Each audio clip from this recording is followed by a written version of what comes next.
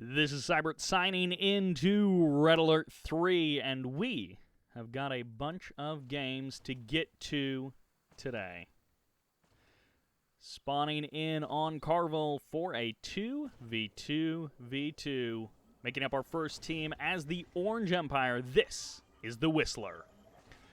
In the top right, his teammate as the Cyan Empire. This is Yuri Prime. Just to the south as the Yellow Soviets, it's SweetDreams. Their ally as the Green Allies is Dwelf.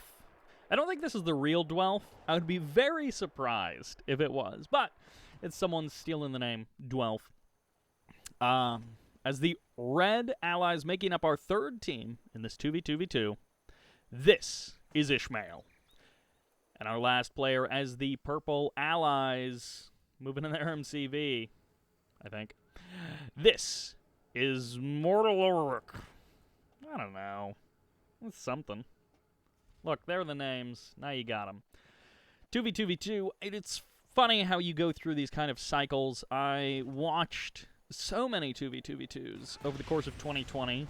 Having not really done too many 2v2v2s previous to that. I did so many. Oh, this is so great. Green dropping the walls in the middle of Red's refinery run. That is incredibly frustrating. Red is literally missing an entire refinery out of his eco. 50% of his eco essentially gone, and that's how Green is starting it out. Anyways, yeah, I didn't do a lot of 2v2s back in the day, and then did some 2v2s, and people really liked them, and some people really don't like them, but, you know, whatever. And some people dug them, but it kind of has turned into a lot of 2v2s over the course of 2020. Javelin Trooper goes down. This single multi-gunner turret from Dwelf, who is a player. I always thought he was Soviets. He might actually be an Allied player. Back from, like, the Zlex days, 2014? 2012? I don't know. No, I think, yeah, pre-2014.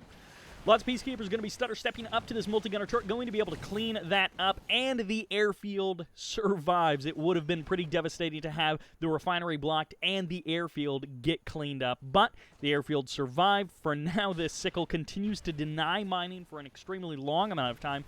Is going to be jumping out, and actually, second multi-gunner turret going to be going down. It does get shot up by the Peacekeepers, but not before the airfield gets eliminated. Expanding up to the bottom, to the top left-hand corner, going to be grabbing a couple of the oil derricks. Not quite grabbed the third one just yet. Has Yuri Prime, who might actually be the Yuri from the YouTube comments. I don't know. Or it's just someone else who's using the name Yuri Prime. This is a great attack by Dwelf and SweetDreams, joining together as Soviets and allies to absolutely dismantle IsMaiL, who we've seen in a number of these team games, be a reasonable force of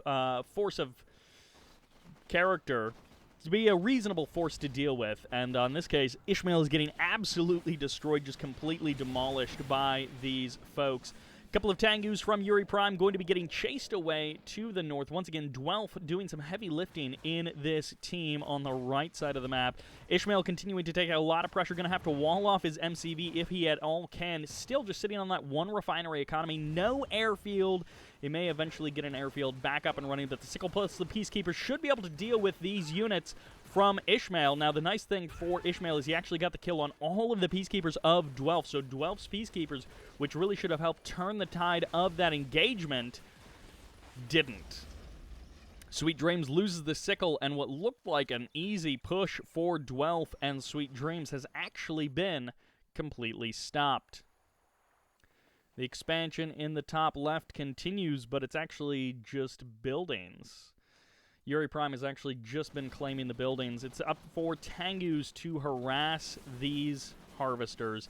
And SweetDreams is going to try and do what he can, microing with his terror drone and with his sickle. He gets the kill on the sickle, just lets that die, and now this many Tengus are eventually going to be able to clean up this harvester. Second harvester still worrying away, but at about half health. This is going to be tough for SweetDreams to deal with cost-effectively. Got a couple of bullfrogs here in case they try and escape, but at the same time, mortoloerik is going to be expanding up to the north, taking a huge infantry column up there to try and secure that area. SweetDreams and Dwelf trying to reestablish themselves in the bottom right-hand corner of the map. SweetDreams not quite getting that extra refinery up just yet. The MCV got moved, but no third or fourth refinery for SweetDreams just yet. Ooh, this Vindicator is not necessarily going to escape. It does barely manage to get on out of there, and it kills the Bullfrog. So that was a very close to bad situation for IsMaiL, but he has pulled it out. IsMaiL has scraped together a survival out of almost nothing, a half eco start. Literally 50% of the income as of most of the other players in this game. Now, it does help that Dwelf himself had an extremely delayed refinery or expansion. And is this 6 harvesters up and running and 1 oil derrick for TheWhistler, who is just getting to power up incredibly well in the economy front. Going to be 7 refineries very soon, which means TheWhistler might be literally unstoppable. So Yuri Prime and TheWhistler might become just the team to beat. Big group of Javelin Troopers. This is not going to go well for our allied player. Actually, no. These Tengus are not getting on top of the Javelin Troopers, which means this will actually do slightly better for Motor than it would have otherwise. In that case, if the Tengus had gotten more on top of the infantry, more of the infantry would have died more quickly. But it didn't quite work out that way. Motor still gets absolutely decimated there. But Yuri Prime loses like maybe 2 more Tengus than he otherwise would have. Dwelf backing up his MCV. Both of the refineries are now gone. A couple of Wave Force artillery on the high ground going to be pushing Dwelf back, and it looks like that's pretty much it for Dwelf on the water. It's now going to be Dwelf and SweetDreams on land. Cryo shot going to be firing off, and look at this from IsMaiL. Oh no, IsMaiL. His Peacekeeper ended up dying. He didn't actually get the kill on that delightful freeze of the ore collector. Unfortunate for him. Dwelf's MCV under a little bit of threat, and actually, where's the MCV? Okay, there it is. It's going to be an MCV engineer battle. I was wondering if Dwelf was going to be using his MCV as either a battering ram or an engineer to try and do something about IsMaiL, but IsMaiL's Peacekeeper's doing a pretty good job. 1 Javelin Trooper pops on out. Laser Lock is most likely going to be the thing to target down this Konyard, but there's the backup of the Konyard going for the crush of 1 Javelin Trooper. Doesn't get the second one, but the Peacekeepers might be able to end that Javelin Trooper. Even if he jumps inside of the building, it's not going to be the end of the road for that Javelin Trooper. IsMaiL should be able to deal with that. Bumping around these MCVs, of course, the multi-gunner turret getting cut off by the block line of sight blocker, which is the barracks in this case, and not actually able to attack that MCV for a little while. Might technically be in range. There's the engineer for the instant heal. Nicely done there for Dwelf. And again, this is a classic case which happens in these 2v2s or FFAs, where you have infighting amongst a couple of competitors keeping each other weak, while one competitor particularly is just going insane. Actually, only one War Factory production? That's kind of crazy. I mean, he's got a Tier 3 naval, but... Okay, we got to check something. We have to cycle through all of the names here. Yuri Prime, Dwelf, TheWhistler. He's only got 2 grand, so TheWhistler is actually spending all of his money. He's doing a good job of that, but he just doesn't have a lot of production right now. So as it's kind of surprising, having that much eco does not actually get you that much production when you're upgrading everything and spending all of your cash on facilities. Yuri Prime with a big group of Chopper VX is going to be encroaching upon SweetDreams a little bit here. A couple of Tengus given away for free. Shouldn't be too big of a deal. Yuri Prime should have enough eco at this point to be able to allow for a couple of Tengus to go down. He would like to grab these 2 additional refineries, but he's got this one out on the water, bringing his total up to 5, which is a more than respectable number, especially considering his production of just 1 war factory. He might actually have... He's got a second mecha bay up here in the north, so that is, you know, decent production, but it doesn't look like he's pumping a lot of stuff out of that second mecha bay. So 5 refineries should be more than enough to do 1 mecha bay worth of production and a whole lot more. For a second, I thought those the Wave Force artillery, but it's going to be the Shogun battleship raining down fire upon this ore refinery. Even the Tengu going to be getting in on the action with a little bit of harassment there. And the Bullfrogs get chased down mostly by the Chopper VXs, but 2 Bullfrogs do end up escaping, and the Terror Drones will probably get targeted down by these choppers as they are literally just sitting still. And of course, Terror Drones can avoid the chopper rockets because they are slow, but you know, you want to keep your Terror Drones moving, but if you don't, the choppers will actually get them, and it's just, you know, not all of us have the micro to keep our Terror Drones alive against chopper VXs all the time. Tsunami Tank will potentially get repairs, activating nano deflectors to get there just a little bit more quickly. Tengu Harass is continuing. The Whistler just continuing to dominate, and this is definitely a case of a pretty OP team in the north taking over the map, so it is really up to SweetDreams, Dwelf, Motor, and IsMaiL to actually do something. Oh no. Oh no, boys. This is trouble. Motor had this oil derrick, and that was literally the only kind of expansion that Motor really worked on. Now the Whistler has 2 additional refineries and that oil derrick, bringing their refinery total up to about 1 million. And, well, this is, as we say, problematic. As Motor, I think, just took over. Oh no, he has just a bunch of...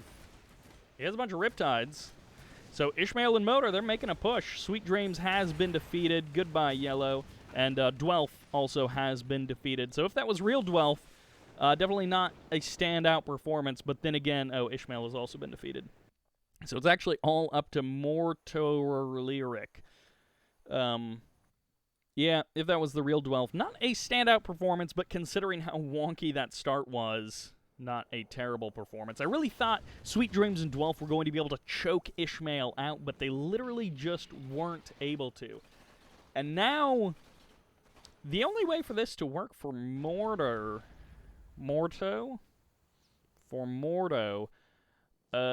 is either Yuri Prime and Whistler need to just walk away from their computers for about 30 minutes so Morto can kill them. Or this is going to have to be the longest game in the world. There's so many Shogun battleships from the Whistler. Boys and girls, if Morto wins this, it's what we call problematic. If he is able to do anything in this game, he's still tier 1 at his home MCV. He's got a war factory, and he's just like... most of his stuff is literally because of IsMaiL, is because IsMaiL left. Oh no. Oh no, this is something. This is a lot of Javelin Troopers. The Javelin Troopers could potentially clear out the skies, but it's not going to be enough to stop the Tengus and the Tsunami Tanks. The Tengus are literally just doing nothing. Okay, they transform all at the last second. They target the Harvester for just a moment, and now almost literally everything goes down before the Tengus actually engage in this moment. Yuri Prime is going to be able to finish off this little corner expansion. At the same time, Yuriko and Rocket Angels. People have been saying they want to see Rocket Angels, and here you finally have it in glorious Yuriko Prime, excuse me. Yuriko Omega, not Prime. Yuriko Omega support unit, the Rocket Angel, which is what's happening in this case. And it's a pincer movement. I mean, really. Bottom right, bottom left, and they are crushing towards the middle. A couple of IFVs are going to try and do something, but this is a fully heroic Yuriko Omega crushing absolutely everything in her path, even going to be juggling a couple of IFVs. Goodbye, IFVs. Goodbye, Harvester. Goodbye, Refineries. I love this, using just a single Rocket Angel with that disable. And that, ladies and gentlemen, is what we call a bit of a one-sided match. Not a whole lot there to talk about. That was reasonably entertaining, but boy, after Dwelf and IsMaiL kind of cooled off, there wasn't much more variation. I mean, it was just the Whistler and Yuri Prime being incredibly far ahead, hilariously far ahead even. And that will do it for game number 1, so we are crushing through these replays. And by that I mean we have gone through one replay, and that's literally it.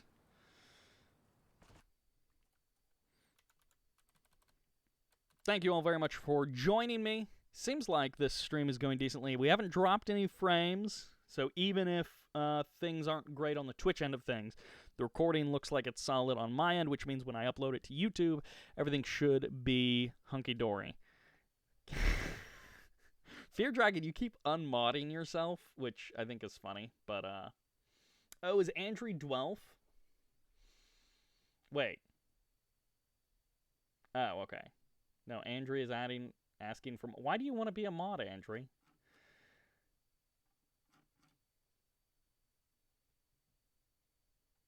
Yeah, so that wall refinery block by Dwelf was hilarious. I loved that move by Dwelf. And in that case, that was a great way to start it out. In the end, it kind of wasn't his undoing, but it didn't actually help him. And, I mean, at the end of the day, he didn't win the game, and he was massively behind in comparison to Yuri Prime and TheWhistler, so we shall see. Up next, we are on Pyroclasm. Pyroclasm? I think there's an L in there. Pyroclasm, I think. In the north, as the Orange Soviets, this is Chris. H2O Chris. Chris 880? Wait, 88? I don't know. Chris with some numbers, I think, normally.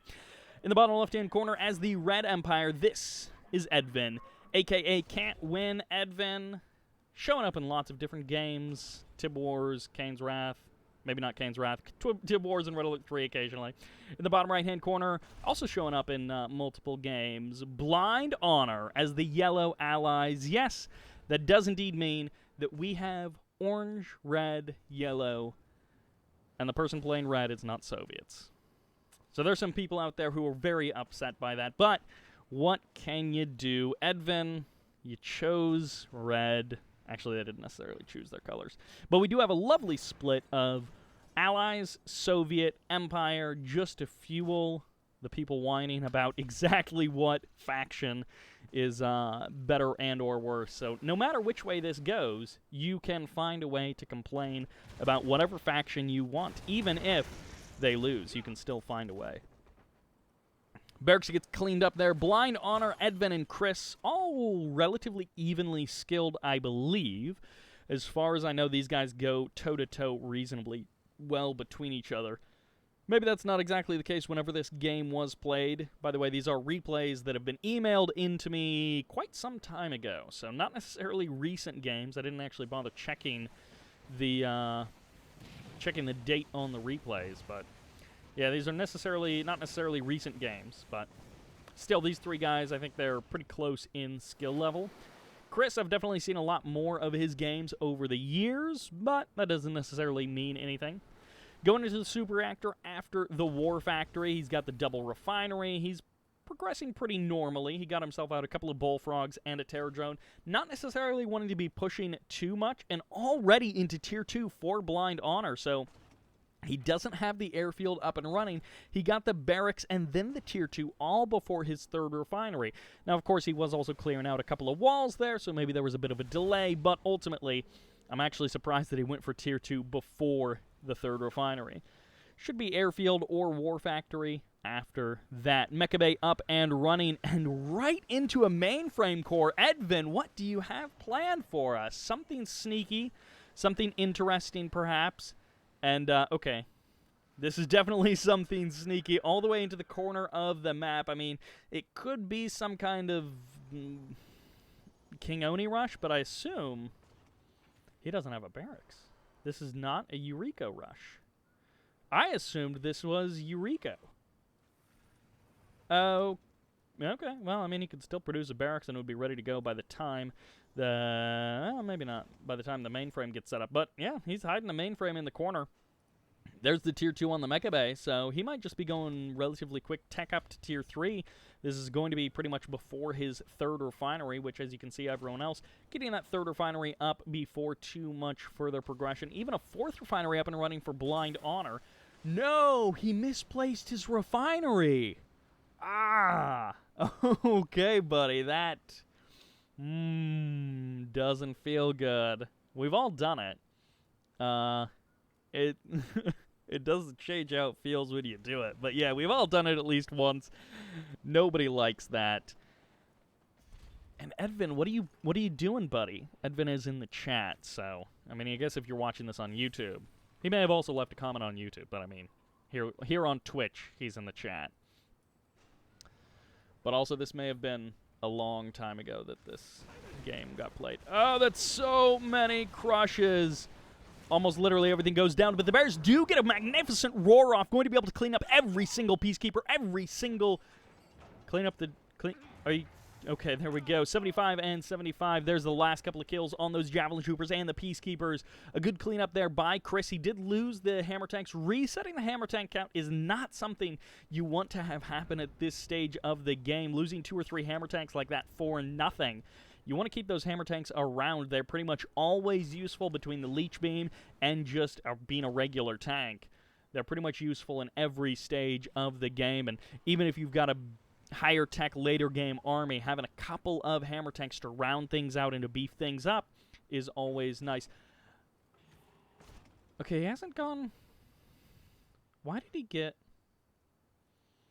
the nanotech mainframe so early? He hasn't gone fast tier 3. He literally just snuck it out before his 3rd refinery into the corner of the map. But nothing doing. I'm not sure what this build is. There's the Dojo Core going to be coming on out. 4th refinery up and running for Chris. He's taking the less aggressive positions. We'll see how that works out for him. I feel like a little bit more aggressive posturing from Blind Honor. He took this refinery and then followed it up with this 5th refinery here. I guess this one feels a little more. The ones out in the water feel a little more passive, but I guess, yeah, that's that one, so... I guess they're all posturing roughly the same. Toxins getting dropped on Edvin's Harvester. Yes, still no tier 3. He's strapped for cash, so faster 3rd refinery would have been nicer. I guess this might be a tier 2 tech up. And then he's going to go big tier 2 army and then followed up with Eureka. Even big tier 2 army in the middle of the map and then flank around the side with Eureka. Flak cannon and a Tesla coil both going up next to that 4th refinery for Chris.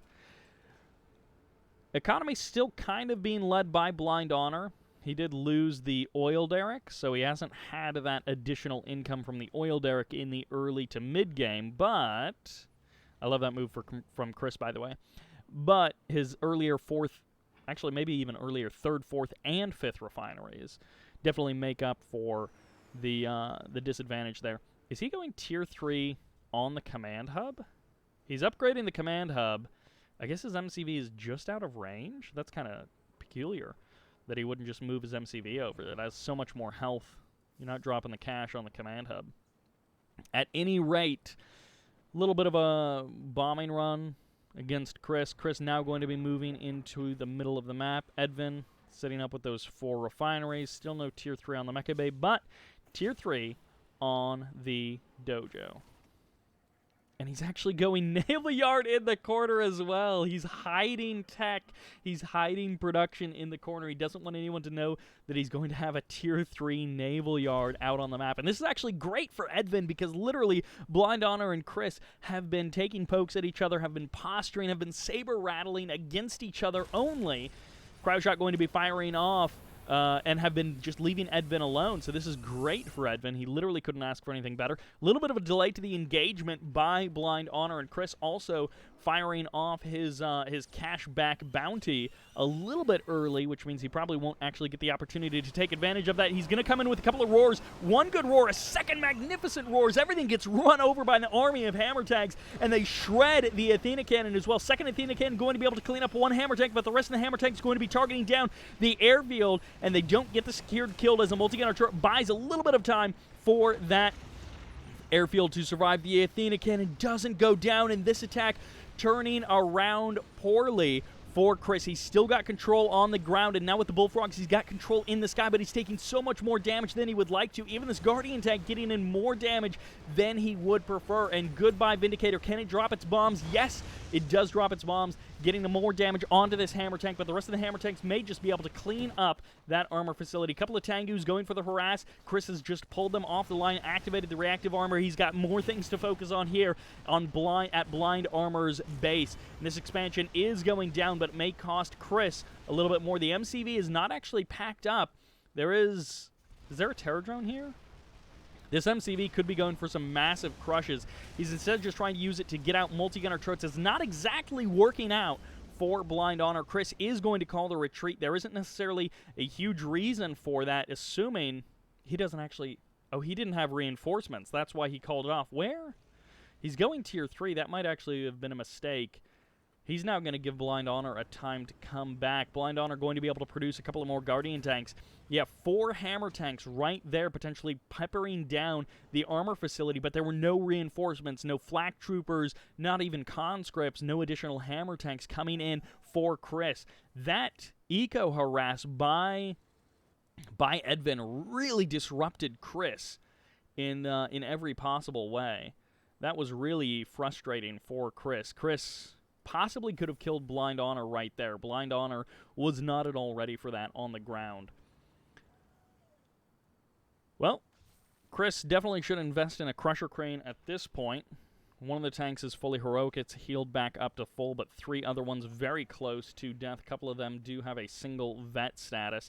Refinery did get cleaned up there, so edvin did a little bit of damage to Blind Honor. I'm not actually sure when or where or how that happened, taking Blind Honor down to those 4 refineries for just a minute.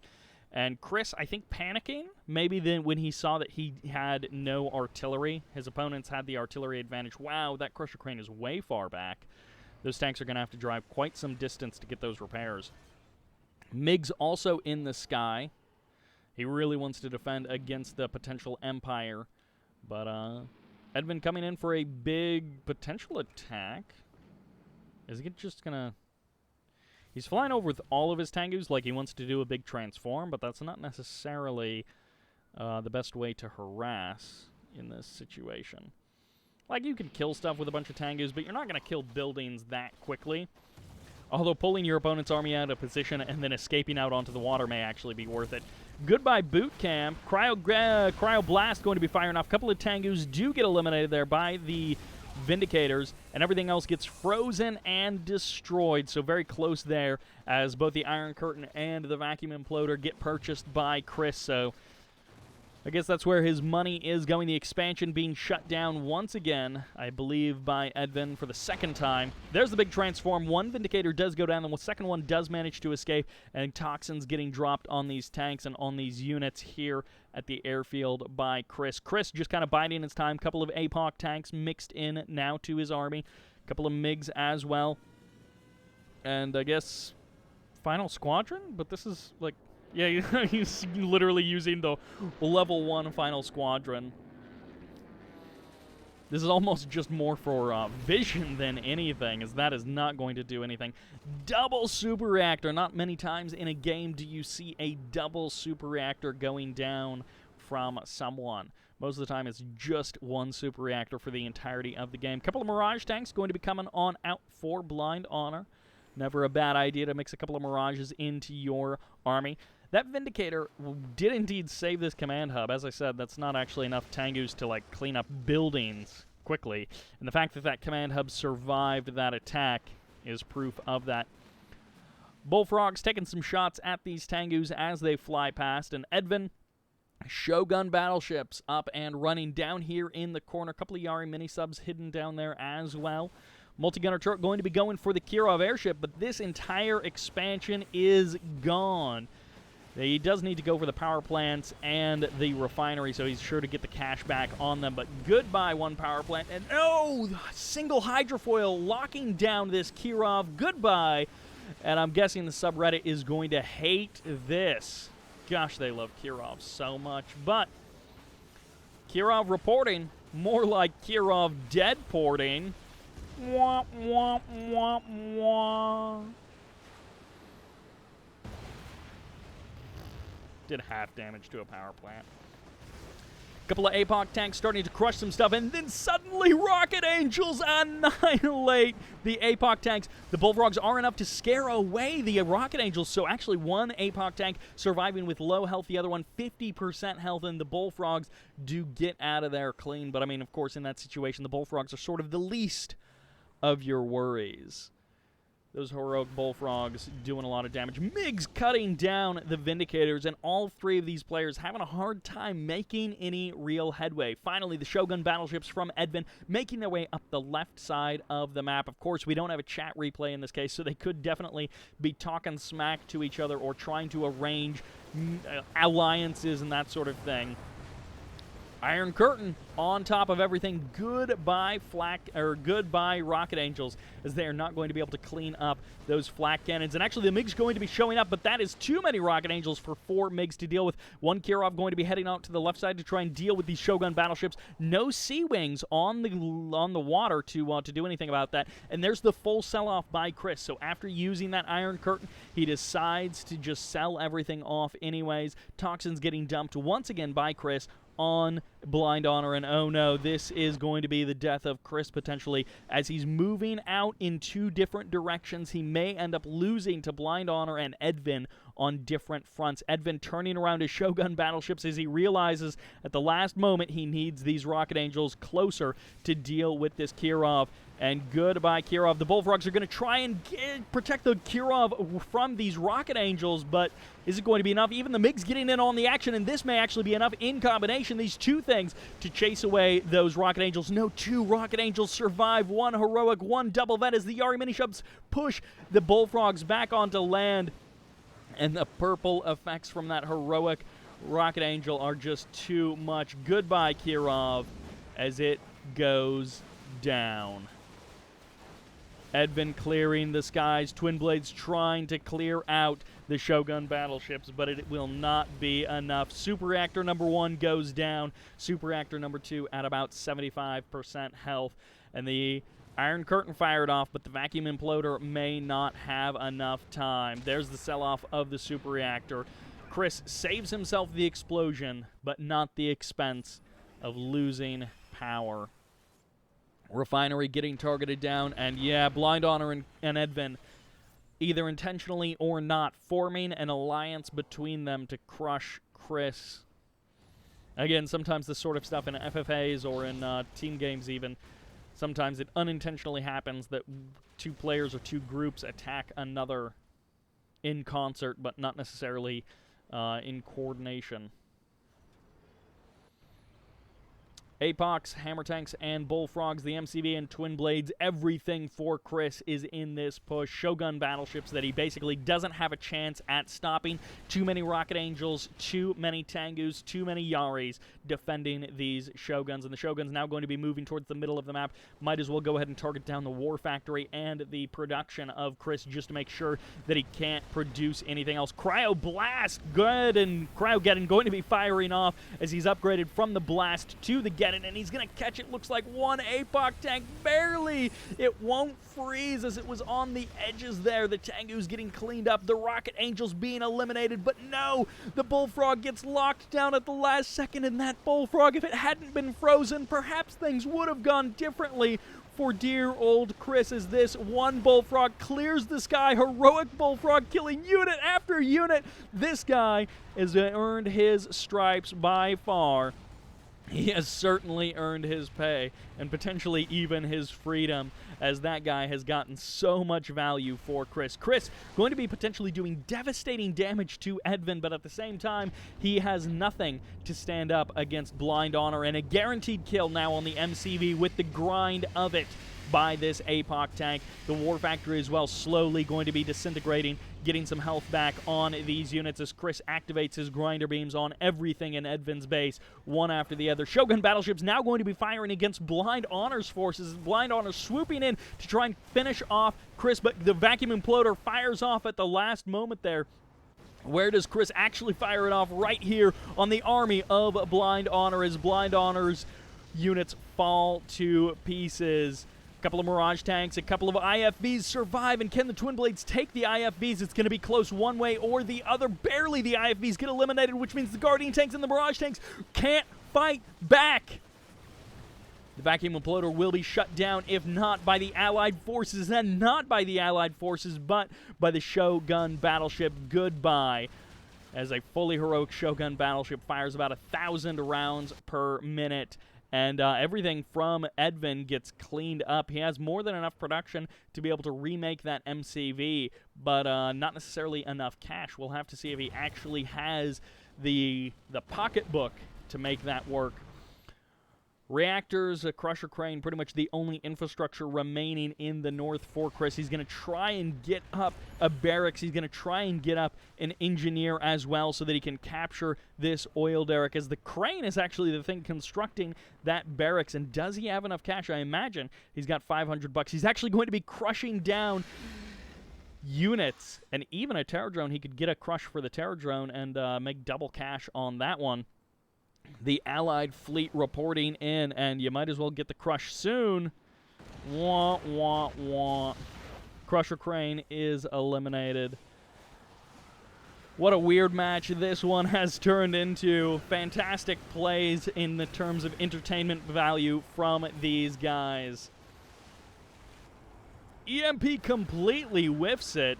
That EMP missing all of the Yari mini-subs, which have now surrounded the Konyard and are just breaking it apart, even suiciding themselves to get the kill guaranteed on that Konyard. Goodbye, Tier 3. Actually, no, the Tier 3, I think, is still being provided by the Command Hub.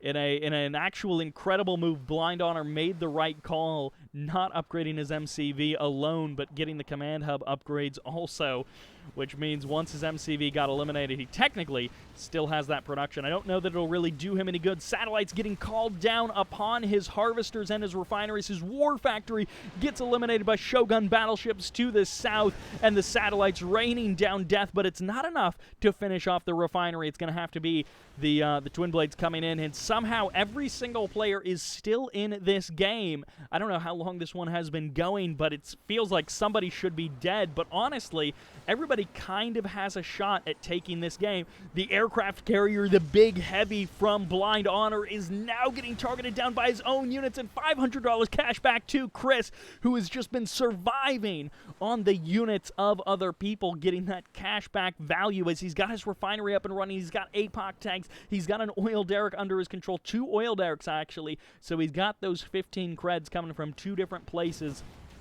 And these Shogun battleships for edvin continuing to do more and more damage to Blind Honor, who might actually be under threat of losing all of his buildings. If he can't get out another MCV, then as edvin takes out the stuff to the south, literally his only buildings are going to be right here. And I think power plant, refinery, and naval yard, I think that's literally going to be it for him. Way down south, he's got a big group of naval units, but it's really just the 2 assault destroyers which have the strength and the power to do anything against edvin. Chris trying to sit this one out, but he's kind of in the way of Blind Honor. He's going to be calling in the toxins. Not the satellite. Yeah, you just used the satellites. And a couple of APOC tanks are going to be potentially overwhelmed by the Guardian tanks, but more the Athena cannons, as the Guardian tanks can be dealt with by the APOC tanks. 2 fully heroic APOC tanks. Can they get the crushes? And the Athena cannons get eliminated. Goodbye. If those Athena cannons got 1, maybe 2 more shots off, that would have been a different engagement. But somehow, someway, Chris with the hero APOC tanks going to be getting the kills. Shogun battleships now going to be locking down the Allied fleet. But the Dolphins may, with the hydrofoils, no. There's the Ram going to be utilized to clear out the waters, and Yari mini-subs sacrificing themselves on the hydrofoils to make sure that they can't lock down all of the Shogun battleships. And this Dolphin just surviving barely to get the last bits of damage on the Shogun battleship, but it's not enough. And edvin's Shoguns still survive. And this is pretty much it for Blind Honor. Blind Honor may be eliminated, not because he played poorly, but because he lost all of his buildings, his own units exploding, as edvin is down here in the corner of the map rebuilding the MCV. And this, as it turns out, was the best investment. Getting the command hub up to that tier 3 for Blind Honor was nice, but it didn't matter like this corner expansion for edvin. And this is one of those things about being an Empire player that, well, it's how the game works. You can just put your buildings anywhere on the map. Just send them into the corner on the water. No one else can do that at the start of the game, but you can if you're Empire. Blind Honor fighting well, and honestly, for much of the game, kind of leading it positionally, but in the end, not enough. Shogun battleships slowly but surely, one by one, clearing... Wait, aren't there twin blades? There are 2 twin blades. These 2 twin blades, oh my gosh, it would take them a million years literally, but these 2 twin blades could actually start clearing out these Shogun battleships. I don't know that Chris actually realizes how vulnerable... Okay, 2 Sea Wings. Oh, he missed his opportunity. Poor Chris. He didn't know. Where's the... oh, okay, here's the final squadron getting called in on the MCV. These 2 APOC tanks, one of them coming back from the brink of death, and instead going to be back up to about half health. Shogun battleships are about to be saved as these Sea Wings come in and save them from the twin blades. 1 twin blade does! Oh my gosh, if these twin blades actually survive both of them, that will be an incredible move for Chris. This is a careful dance by edvin and Chris, as both of them have what it takes to kill the other person, but these Shogun battleships have the range to do it. The twin blades, on the other hand, are going to have a hard time contesting with those Sea Wings. And the Shogun battleships, as long as they can close the distance, they can get the kill. Chris is going to have to pull out a miracle defense. If he had terror drones, he could potentially do something here. Or if the Shogun battleships got in range of the grinders on the APOC tanks, you should be able to pull them into the land and kill them that way. MCV making a run for the water. How much cash does Chris have? 950, 10 grand. So Chris, these oil derricks definitely doing some work for him, as Chris has enough money to survive for quite some time. And I mean, at this point, with his MCV in this position, he might just need to like try and drop a crusher crane and then drive north or something, just so he can get out, you know, stuff while his MCV is moving. edvin probably needs to split his Shoguns, 2 of them this way, 2 of them that way, and then like an equal number of Sea Wings in each direction. But yeah, Chris is trying to pen, or edvin is trying to pen Chris in, but it's not necessarily going to work because of how much longer the drive time is for the units out on the water than it is for the units on land. Even transforming 1 Sea Wing to a Sky Wing so that you can get vision, well, this Bullfrog would make quick work of it. Never mind. Bullfrog gets eliminated. The Terror Drone, I think, also goes down. Yeah, Terror Drone gets eliminated. All right, there's the refinery for Chris. Also dropping a flak cannon at the same time. He's got his reactor up there. Oh, Chris, he's going to fight the good fight.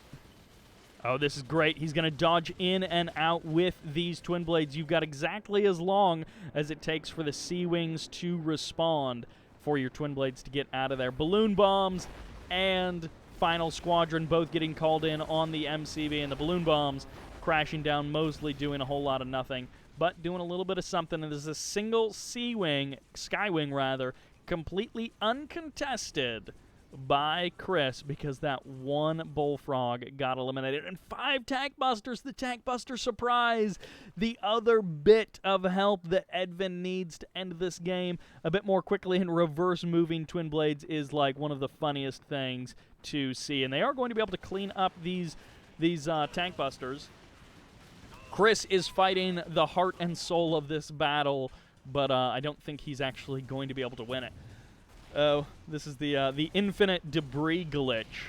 Like the GameStop infinite money glitch, this is the infinite debris glitch, where you have something doing a little bit of damage and and the building is getting repaired to the other side of the debris explosion point, and then it just keeps repeating. That's amazing. Goodbye, Sea Wing. 2 more Sea Wings do show up. 1 goes down to about half health, and Chris he's going to try and do this. He's actually going to try and run his MCV around. And the Sea-Wings got ahead because the Sea-Wings move more quickly. They would just use their rockets, but these Sea-Wings can be dealt with in small numbers. One Twin Blade down. You got to use your rockets on the Sea-Wings like right away. You can't use your rockets on the Shogun battleships. A second Twin Blade? No, it survives. Chris barely surviving with that Twin Blade, but now he's going to fly directly over the Sea-Wings here. And one of the Twin Blades takes a lot of the damage, but 2 Twin Blades go down. And Chris, at this point, no production. He's going to try and get out another refinery. He's going to be on 2 refinery economy, which, you know, is pretty good, but... Oh, Edvin needs to just get out like a mecha bay and build some Tengus. Tengus are always the answer. If you're an Empire player, Tengus are always the answer.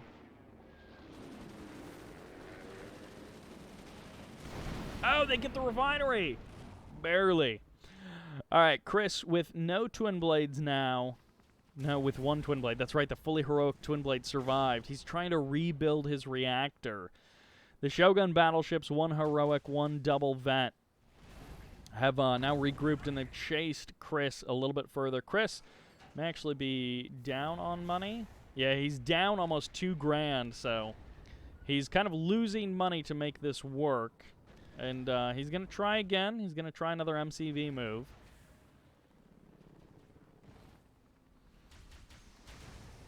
We're to the fast-forwarding point of the replay.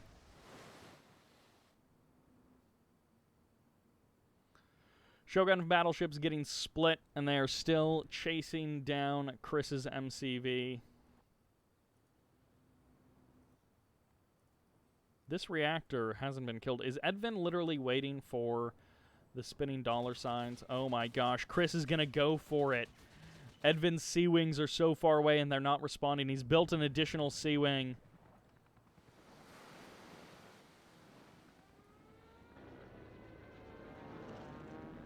If he had, like, the fully heroic satellite... Oh, the MCV packing up is enough to send him into low power mode. Oh, the Twin Blade! It survives once again. MCV getting targeted. Chris building another refinery. Edvin, I mean, he also got himself a refinery. Chris is going to dodge in with the fully heroic Twin Blade to try and go for the kill for the 1 power plant that's out on the map for Edvin. Edvin, he literally cannot get a closed position on this MCV. He's been trying so hard, but he can't just finish off the MCV. The Shogun battleship is so slow. Yeah, he's kind of split the Shogun battleships so that they have good coverage, but of course that means you don't have the damage output. And this Sea-Wing is trying to chase down this Twin Blade, but the fully heroic Twin Blade... Oh my gosh, if he gets terror drones out... Oh my gosh, he got a terror drone out. Shogun battleships, if you keep the terror drone moving, you're probably not going to hit it. Oh, nice transform. Perfect transform timing there by Edvin. He needs to get them back into the water so the Twin Blade can't do anything. All right, the MCV is pretty well trapped. Chris probably still has like 4 to 6 grand. But this refinery is about to go down. The MCV has taken a bit more damage, but not necessarily a big problem. Chris is on a hope and a prayer here. Oh my gosh, again. The final squadron coming in here. Missing as Chris drives north. The replay freezing up. Receiving data, please wait. Yeah, the replay viewer isn't particularly sophisticated. Anti-air, anti-ground with this single conscript is going to try and take on all of those tank busters and the defender turret. Which, you know, in theory it could work, but not when the defender turns to anti-ground mode. Goodbye, conscript, and back into anti-air mode. Satellite's getting called down, and he's going to use the Twin Blade to try and kill off the Harvester.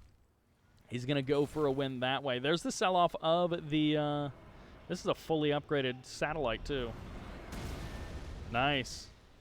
So Chris is going to come in with the Twin Blade, and there's enough ground back here that he can be safe from the Sea-Wing. This is really close on the edge there for edvin. He's able to get the damage off on the Twin Blade. The Twin Blade moves north, out of range of the Sea-Wing. There we go. And he's going to go for the kill. Reactor out on the water. That didn't work out for Chris. And the Twin Blade is going to get the kill on the refinery. Chris tried to keep his hopes alive, and he gets $625 back for it. He could potentially even get the kill on the harvester as well. But there's finally enough. Chris has been defeated. edvin is your champion. Oh my gosh. That that was quite a game there. That one, the second half of that really took its time.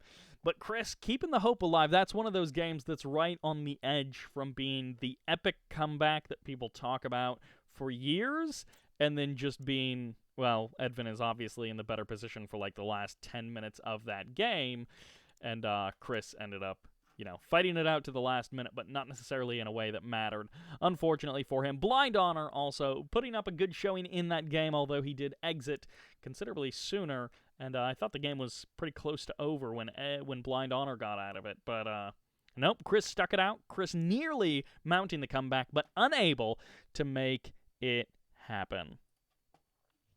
Well, I mean, that was a very entertaining game. No one can deny that. We've got ourselves a 3v3 up. Thank you all very much for joining. Thank you for tuning in. I hope you were enjoying these Red Alert 3 games. Mental Jimmy 69420, classic name, Mental Jimmy. Thanks for the follow. Yes, I am online. These are not live games. These are replays. But yes, this is a live stream, and I am online. Uh-oh, Chris, did someone send a replay that you didn't approve of? Oh, no. Was there a second game? I don't have the second game. Cast the other FFA. I don't have it prepped, so maybe some other time.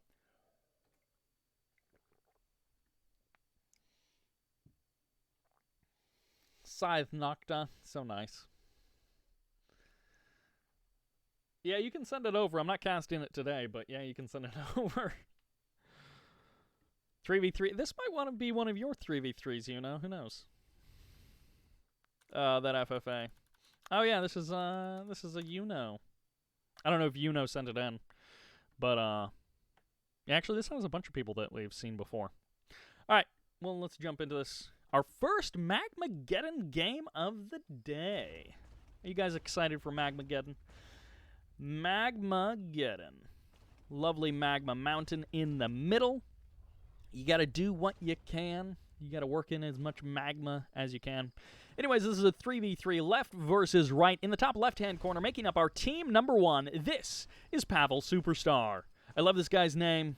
Seen him in some other team games. Maybe 2v2, maybe 3v3. Or not 2v2, 2v2v2, v2v2v2, or 3v3. Making up team number 1, our second player, as the Red Allies, it's YuNo. In the South, as our Purple Empire, it's Yuri Prime, making a comeback from game number 1. In the top right-hand corner, as the Green Soviets, this is Libra. This is not the DDF Libra, this is just regular Libra. Someone whose name is actually Libra, not whose Smurf is Libra. And in the middle, making up team number 2, player number 2, this is QWERTY, a.k.a. Cure12. I'll just call him QWERTY, as the Cyan Empire. And in the South, as the Yellow Empire. He has shown some phenomenal games in these team scenarios in the past. As the Yellow Empire, this is Xouth. And wow, that is a hardcore kill of that dojo. I mean, yeah, you want to kill the dojo, but most of the time the dojo actually starts being constructed. In this case, Xouth is not having any of it. He does not want to see that dojo come up. He himself is trying to dojo his opponent and cause some problems for Yuri Prime, but he doesn't want to deal with those problems himself. So PavelSuperstar, YuNo as allies, Yuri Prime, Chris, and QWERTY as Empire, and then our one Soviet player, Libra, way up here in the north. So we'll have to see how this one turns out. 3 Empire, 2 Allies, 1 Soviet. Little 3-2-1 action for you guys. And that is a sentry gun coming up from Libra. It's getting blocked in by Yuri Prime's walls, but he maybe gets the kill on a Tengu. No, the transform is just close enough. Multi-gunner turret now going to be able to clean up this sentry gun, and Libra is not going to have the big win with Xouth that he was hoping to. Xouth going to try and get a couple of sword swipes off, but really, this is just one of those things that players do, and most of the time it does nothing.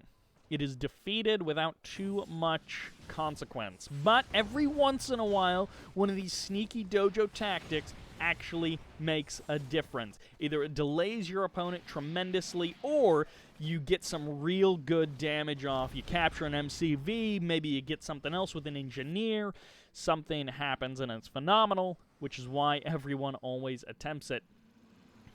But most of the time, 9 times out of 10, maybe even, 19 times out of 20 or 49 times out of 50, at least in the replays that I see, it doesn't work. Ooh, those Tengus from Xouth. It's, it's a bad situation. If you transform, you're going to get eaten up by the Tengus of Yuri Prime. Otherwise, YuNo gets the kill with his Vindicator, so it's between a rock and a hard place there. Beacon getting dropped by PavelSuperstar, and for Xouth, he did go for a little bit of Tengu harassment, going to be able to clean up 1 Harvester, it looks like, but not necessarily the end of the road there. As QWERTY comes in with Tank Busters and Tengus, going to be able to try and clear the ground, and he does get the kill on the Tengus there, but can he press forward and do any more damage? It looks like he's going to be sounding the retreat and backing away from the front line. PavelSuperstar now up with a 3rd refinery, of course, getting that oil derrick as well. Going to have that nice economy up and running. QWERTY and YuNo going to be engaging Tengus and Apollos, and the Apollos absolutely get the better end of that engagement. Unfortunately for QWERTY, he was not able to make that work, and he loses almost every single Tengu. Xouth going to be losing a low-health Tengu to the exploding oil derrick, so that is not a trade that will be worth it for quite some time for Xouth, losing that Tengu to get the kill on that oil derrick in that way. Double Vindicator bombing run. PavelSuperstar and YuNo going to be taking down that Tengu. That was just a random burst drone. Just a burst drone hanging out there.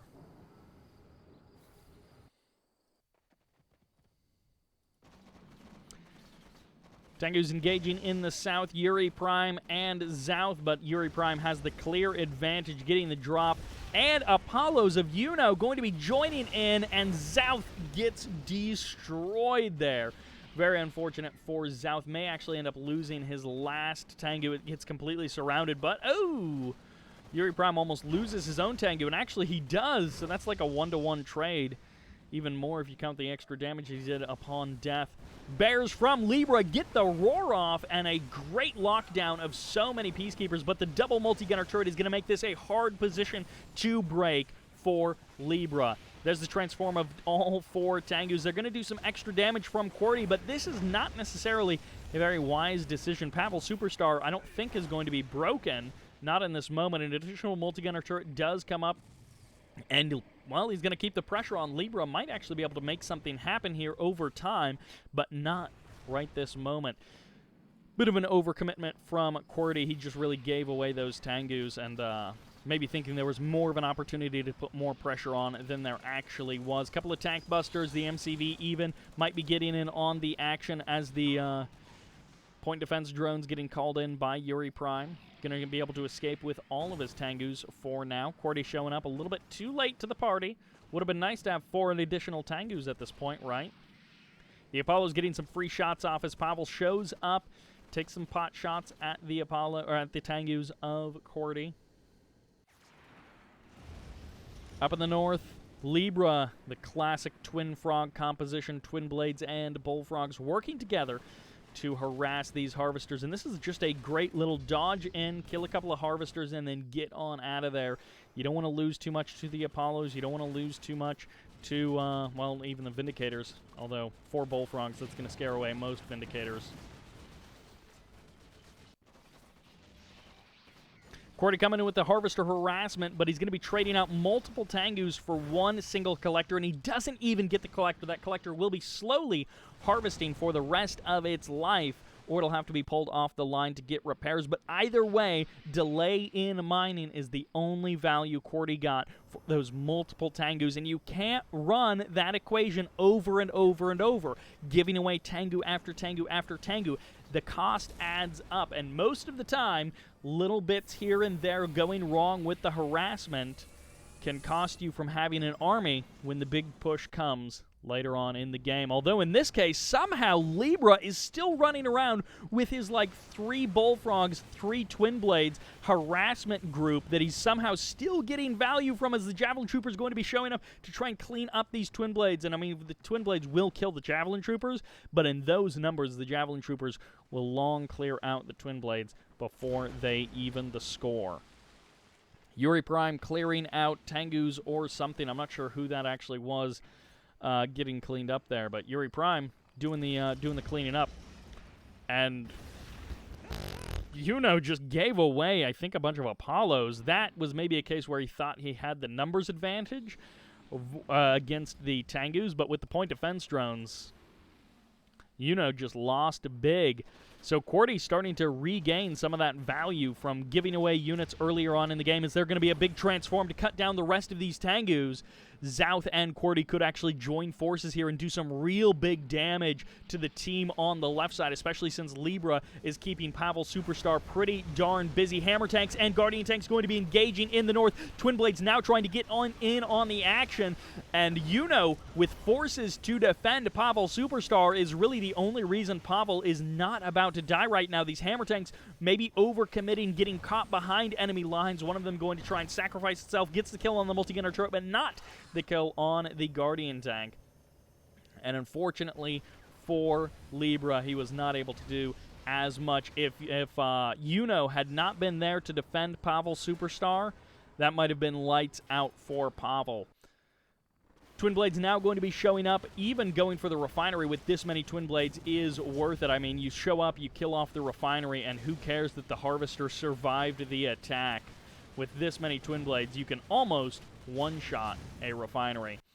Cordy now going to be swinging around to the south. He has managed to keep most of these Tengus alive. Those point defense drones doing a lot of work in helping out. And 2 of those strikers going down almost for free. He does lose 1 Tengu for it, but that is absolutely going to be worth it. Xouth also with a little bit of harassment there. Both refineries going down, and the airfield. YuNo committing so much to the defense and now the attack up north that he has nothing left back home for his own defense. I love this combination. Point defense drones and Emperor's Rage on the hammer tanks, giving them extra utility. And although the slower movement speed does mean that they're not actually able to engage with this defense, they are more powerful there. Big transform from Cordy, and he is joining his friends in the defense of the north. He's going to be cutting down YuNo's forces. Every single one goes down, and the Guardian tank gets eliminated. Absolute carnage every corner of the map, as YuNo has been defeated, getting pushed out of this game largely by that Twin Frog composition. PavelSuperstar has been defeated. It's all up to Yuri Prime, but I think he is going to be folding relatively soon as well. There's a fire sale beginning in the middle of the map. Is he going to sell off literally everything, or is he just trying to cut his losses to get some extra cash? It seems like he might be selling off literally everything. Sells off the MCV. And a very manual fire sale as Yuri Prime has been defeated. Libra, Cordy, and Xouth having a rough start there. Not necessarily very consistent engagements or very cost-effective engagements, and yet they were able to pull it out in the end. Sometime probably around the 6-minute mark is where they actually started being a bit more cost-effective with their engagements. I guess we don't really see that playing out in the graphs here. Although, yeah, right there, Cordy, who's been relatively low in unit count, suddenly explodes and never comes back down. So literally Cordy going from just keeping some units alive and losing them, trading them out lots and lots, to just building and building and actually keeping stuff alive, shows up there. And YuNo, kind of a similar thing, but falling down at the end. Anyways, good game from these guys. Good turnaround from Libra, QWERTY, and Xouth. And Xouth, with a somewhat weaker showing, but considering the absolutely epic games that Xouth has provided in the past, it's going to be hard for him to ever live up to the hype. He's sort of got like an albatross around his neck, being some of those games that he has played in the past. But a very fun 3v3 there. We've actually got another 3v3 to jump into. YuNo still in the chat. Edvin still in the chat. Thanks for sticking around, guys. Hope you guys are all enjoying these games. Gonna take a quick beverage break before the next one.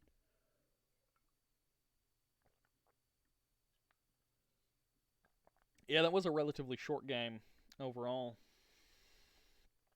Yeah, the Twin Frog was so good in that game. Xad says good night. Good night. Thank you for tuning in. Edvin gonna go get his ice cream. Always a good choice. Get you some ice cream. I don't have any ice cream. That makes me sad. Yeah, Xads, you can catch the other replays when the VOD goes up on YouTube. So no worries there.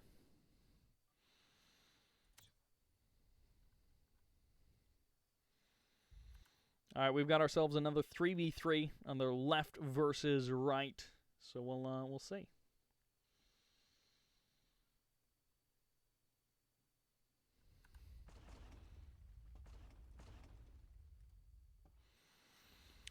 Welcome back to Magmageddon for another 3v3.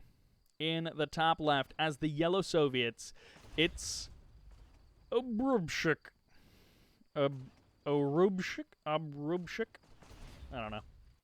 In the middle, as the Blue Allies, this is Andrey. And in the south, as the Green Soviets, it's OBIEK. Obrubshik, Andrey, OBIEK on the left side, whereas on the right side, as the Purple Empire, this is Saline. I believe Saline 99. In the middle, as the Orange Allies, it's KingKonG. And in the south, as the Allies, the Cyan, this is IsMaiL, making a return in this game. IsMaiL, KingKonG, and Saline all making a return from various team games in the past. We've definitely seen them out and about in the past. I think they're all kind of 2v2, 3v3, maybe even, or 2v2v2, excuse me, Carville and Magmageddon kind of guys.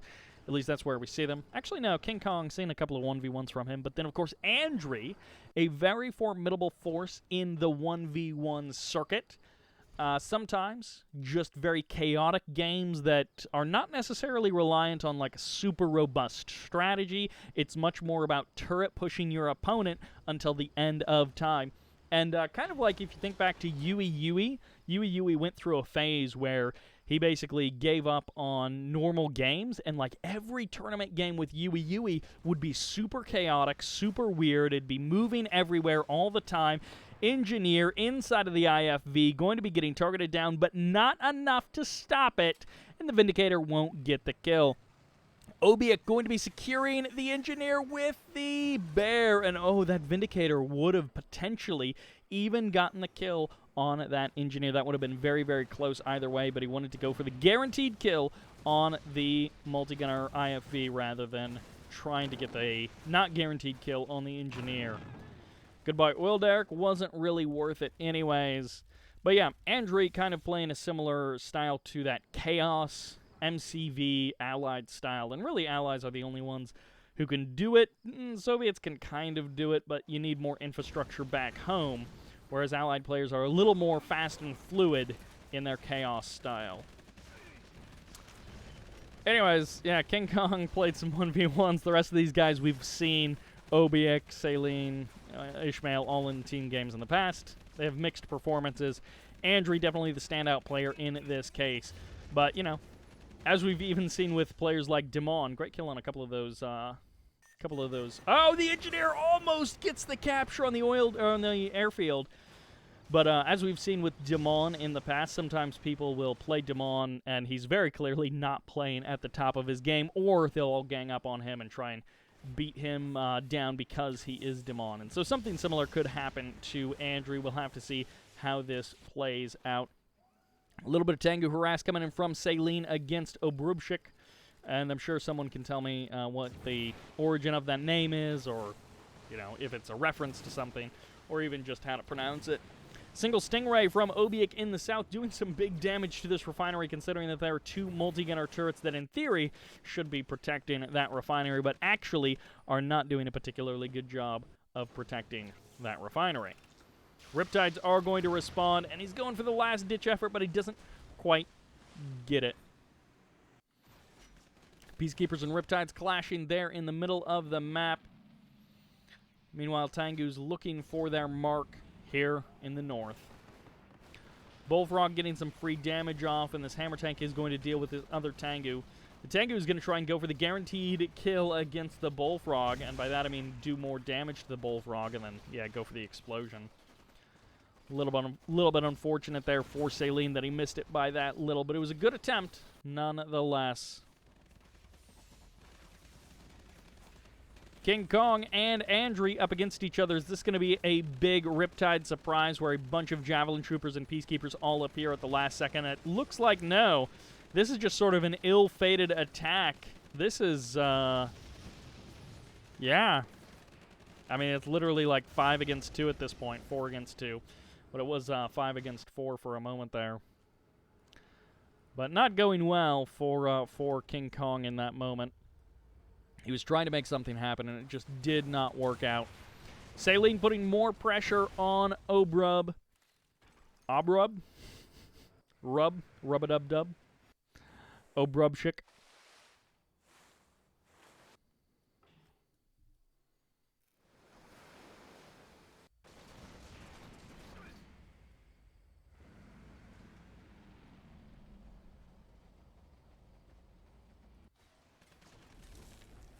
KingKonG taking a little bit of damage from Andrey. Andrey not necessarily going to be able to keep this up for too much longer, but OBIEK might be here to provide some extra damage against KingKonG. One sickle going down. The Riptide finally gets eliminated. The Harvester does get saved, but it's low on health.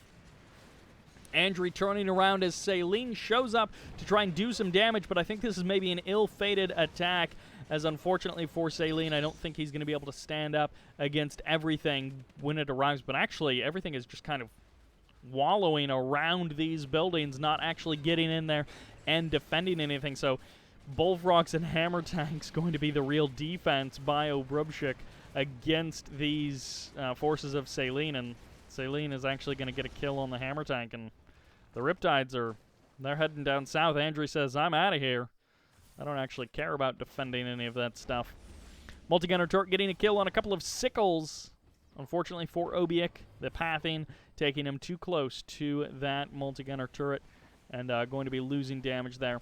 Force firing the ground. The Assault Destroyer isn't actually in black hole armor mode, but if it was, and it was close to those points, then those rockets would get absorbed by the black hole armor of that Assault Destroyer. The refinery so low on health, it does go down as that Akula sub gets the kill on the refinery before being eliminated by that Riptide. Satellite's going to be getting called down upon this airfield, and IsMaiL needs to get those Vindicators off the ground. He actually just loses one. The other one's very close to death, but not actually being eliminated. Cryoshot fires off, locking down this multi-gunner turret, as Andrey going to be making some pushes with OBIEK against KingKonG and whoever else was here in the south. Oh, IsMaiL is here in the south. But OBIEK's MCV is now actually getting targeted down by a multi-gunner turret and 2 Javelin Troopers, so OBIEK just sells off his MCV, so that is potentially a very big loss for OBIEK. A command hub going down from IsMaiL, a hilarious command hub move, as OBIEK losing out on that MCV, but I guess he still has production. He has some economy, not necessarily as much as he would like, but IsMaiL may actually just be able to punish this. OBIEK has been doing a good job of trying to strike back against IsMaiL here in the south, but it's not necessarily working out as well as he would like. A little bit of a shrink going on there from Andrey, and when it comes to those cryocopters, I feel like Andrey may have a bit of an advantage over these other players. Can he grab the War Factory? No, the War Factory gets sold off at the last second there. The Engineer gets gunned down by the Conscript, but he jumps inside of Riptide, and IsMaiL does manage to escape, at least for the current moment. Up in the north, obrubshik going to be targeting down the Mecha Bay, which is actually fully teched up in combination with Andrey's cryocopters, the twin blade cryocopter combo. It is a powerful unit composition and not one that you see every day, as they now start to split their targets a little bit here. Going to be taking down the multi-gunner turret and the Defender VX core as a single IFV responds, but it is not enough for the defense in the north, and I don't think these Vindicators have anywhere to land, so they may actually be slowly burning down as another Defender core gets frozen and shut down, but Andrey is going to be potentially losing all of his cryocopters and IFV, and the multi-gunner turrets joining forces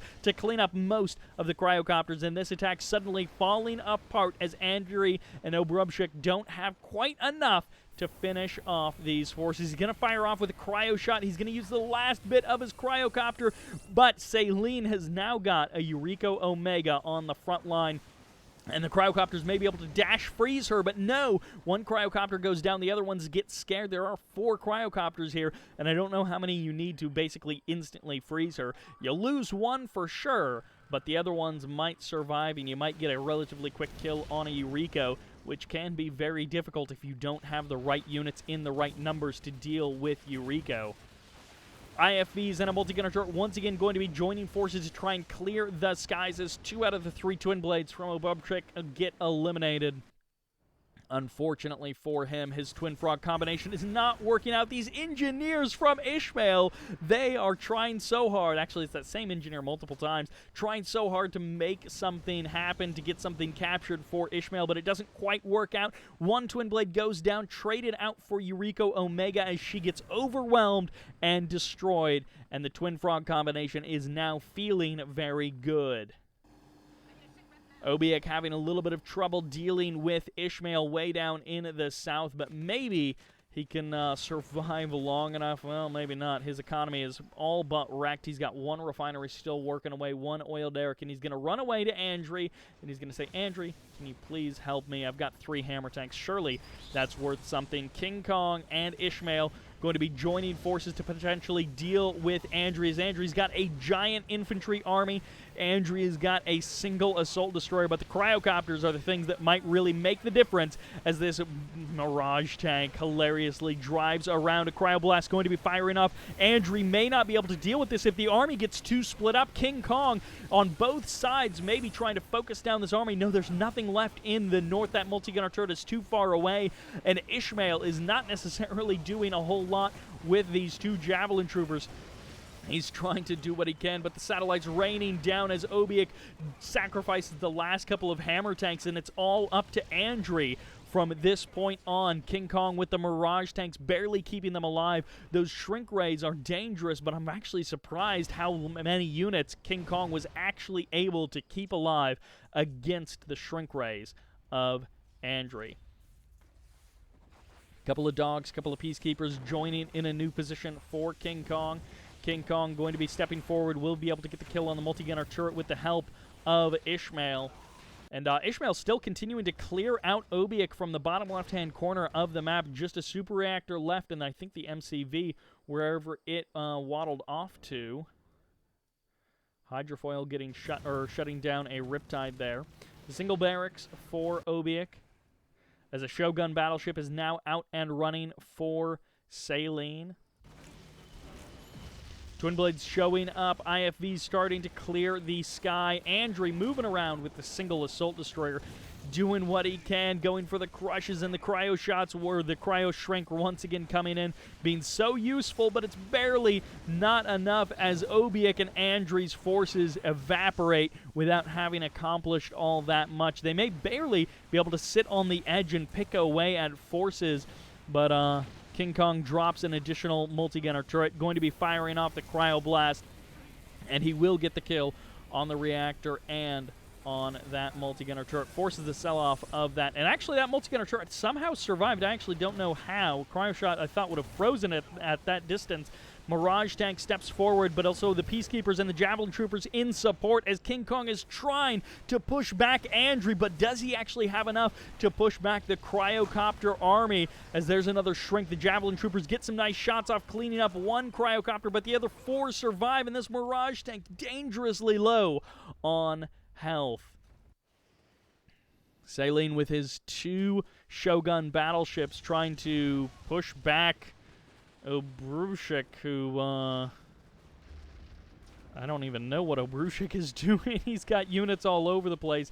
He's trying to find openings. He's trying to find weaknesses to do bits of damage, and I guess it's kind of working out. Eureka Omega getting a kill on the MCV and one Twin Blade, but going down ultimately there, as I think the Twin Blade at the last second got the kill as they essentially killed each other. I guess it's murder-suicide there. Multigunner IFV trying to be crushed by the MCV, goes down there, or gets eliminated by the conscript. I'm not actually sure which. And IsMaiL, this assault destroyer all the way from down south, which was clearing out OBIEK's base minutes ago, is still going strong, going to be activating that black hole armor and then going to try and get out of range of this Peacekeeper, so even when he gets frozen, he can't be eliminated easily. A beacon going down there, and in the middle of the map, KingKonG holding strong. You have to give it to KingKonG for holding the middle of the map against Andrey so well. And, you know, it's a little easier to be the defensive player in a situation. This is great. Be the defensive player, but still going toe-to-toe against Andrey. Certainly I would lose even if I was the defensive player. So KingKonG putting up a good show for sure. Bullfrog's getting some free kills on Saline's units. Once again, this Twin Frog composition doing so well in these team games. And the Cryocopter has to give up. Andrey calls off the Cryocopter, which means IsMaiL's Assault Destroyer does survive. Conscript's getting huge damage off as the Cryogeddon fires off. And KingKonG, does he have much of a defense behind this? 2 of the multi-gunner turrets survived. Well, 1 survived, and then the second one was constructed. So he does still have a bit of a front line. Going to get some Javelin soldiers laser locking the ground to try and do damage to the Assault Destroyer, but it barely deactivates its black hole armor in time. Obrubshik going to be calling in satellites or toxins. It's going to be the toxins as he kind of clears the area and denies that location from any more infantry. IsMaiL, on the other hand, still continuing to do more and more damage with this Assault Destroyer. He will not be stopped. And the Twin Frog, it shows back up. There is an additional Chopper VX, or a Striker VX rather, hanging around to try and do some damage. The Bullfrog's finally getting eliminated as a multi-gunner turret going down from IsMaiL at the same time to try and protect Saline way up in the north, and satellites getting rained down by Obrubshik on KingKonG. IsMaiL as well going to be taking a bit of damage there, but what a scrappy match from these individuals. These Apollos doing some big damage, but the Bullfrogs ultimately winning out in that fight. One of the Bullfrogs extremely low on health and desperately trying to hold on is Saline, having taken so much damage to his Harvesters. He's got 1 online, but the second one is a little bit slow to be reproduced. Most of his infrastructure is untouched, though, which is nice from him. And Obrubshik, with this just constantly roving Twin Frog, is just doing so much damage. It's one of those compositions that is very good and relatively easy to use. And, I mean, it's a pretty powerful combination. It can't kill buildings necessarily very quickly, but if you find an opening, it is good enough to clear out your opponents. No one has claimed the southern half of the map, which that's 20 grand, that's 14 grand, so it's definitely worth it. There's enough cash there. Big push forward of Mirage tanks. They are going to get shrunk down, which actually kind of helps them survive just a little bit longer as they were able to escape back away from the front line more quickly than they would have been able to otherwise. Saline still struggling to deal with the Twin Frog, although at the same time KingKonG just killed all of the Bullfrogs, and now he's going to get both of the Twin Blades as well. So one group of the Twin Frog has been eliminated, and these Sea Wings are going to get some free damage done. Not enough to kill anything off, really.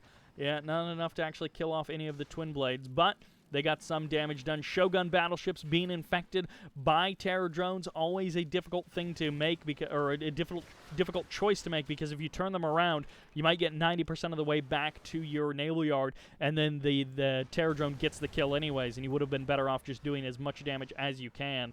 But in this case, it's hard to know what the right choice to make is. You probably could make it back in time. Vindicators from IsMaiL getting some damage off, and that is a very powerful Vindicator in terms of how much damage it did to obrubshik. Twin Frog continuing to be powerful in the north, and a Cryogeddon going to be firing off as Andrey gets locked down the Cryocopters, getting the freeze on an MCV, but nothing is in range to get the kill. Can you even believe it? As somehow OBIEK actually has a Peacekeeper out on the map. I'm not actually sure how that's possible.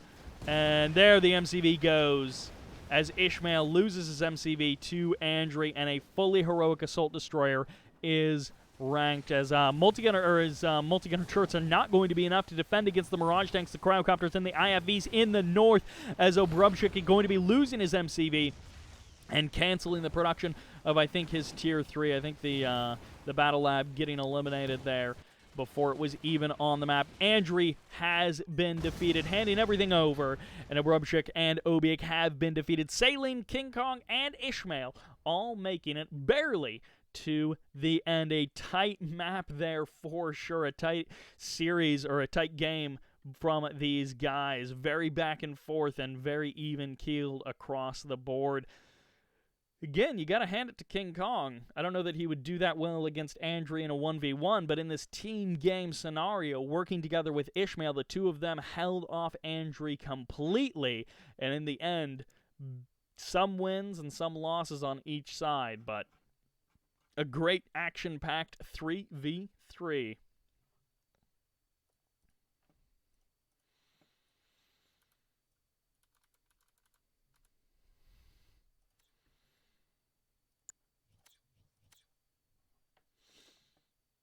Ooh, Wolf the Wolf showing up. Thanks for tuning in, Wolfie boy. Hope to see you around at some point. I'm never done with World of Warcraft. Oh. Never done. Never coming back to us. How dare you, Wolfie? I never ignore you. Can't believe you would say such cruel things about me. I'm going to grab a little refill on my water, and then we are going to jump into another Carville game.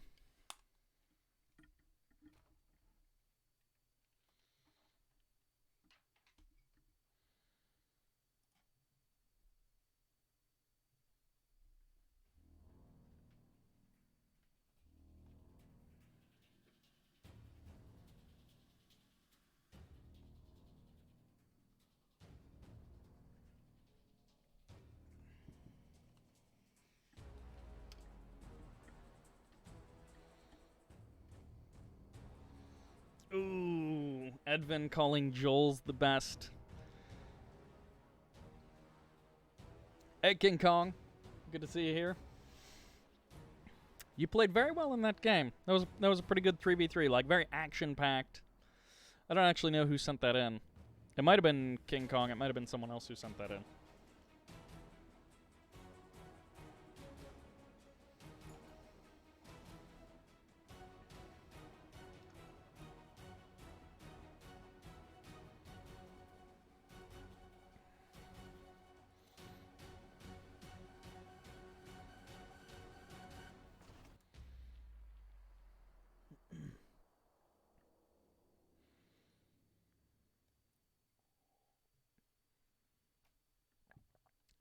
All right.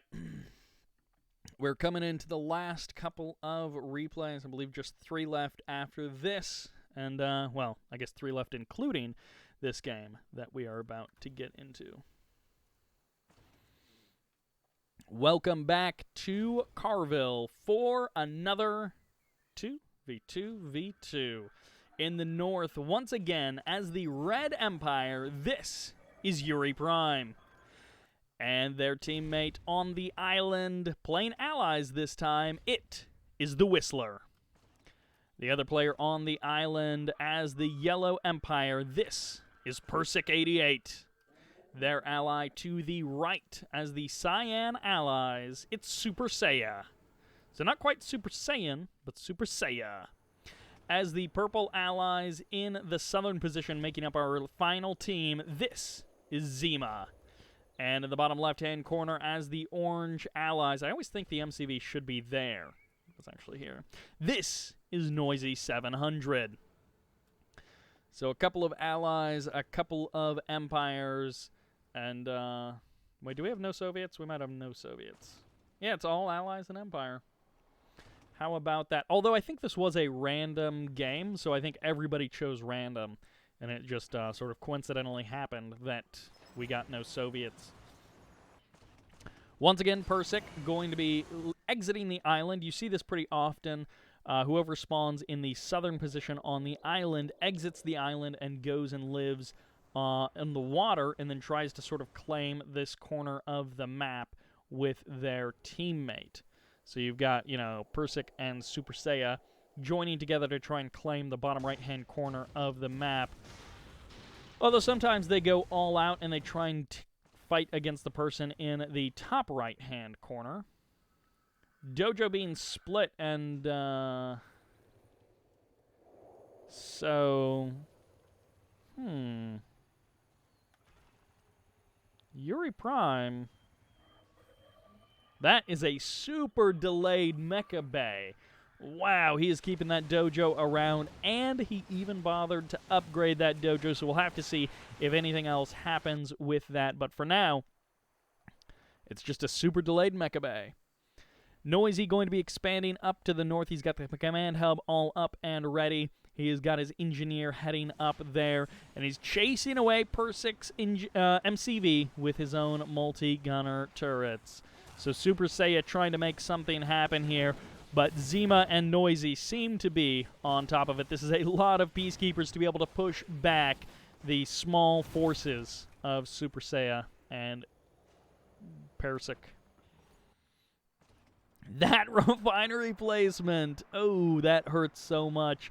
You are desperate to try and get the refinery place down, that you do it in a suboptimal place. And, well, Pyroclasm and Superseiya are going to have a super tough time in this game. It is, of course, always possible, but at this point, Pyroclasm is pretty much out of this game, and it's more up to Superseiya to try and do something. I love this.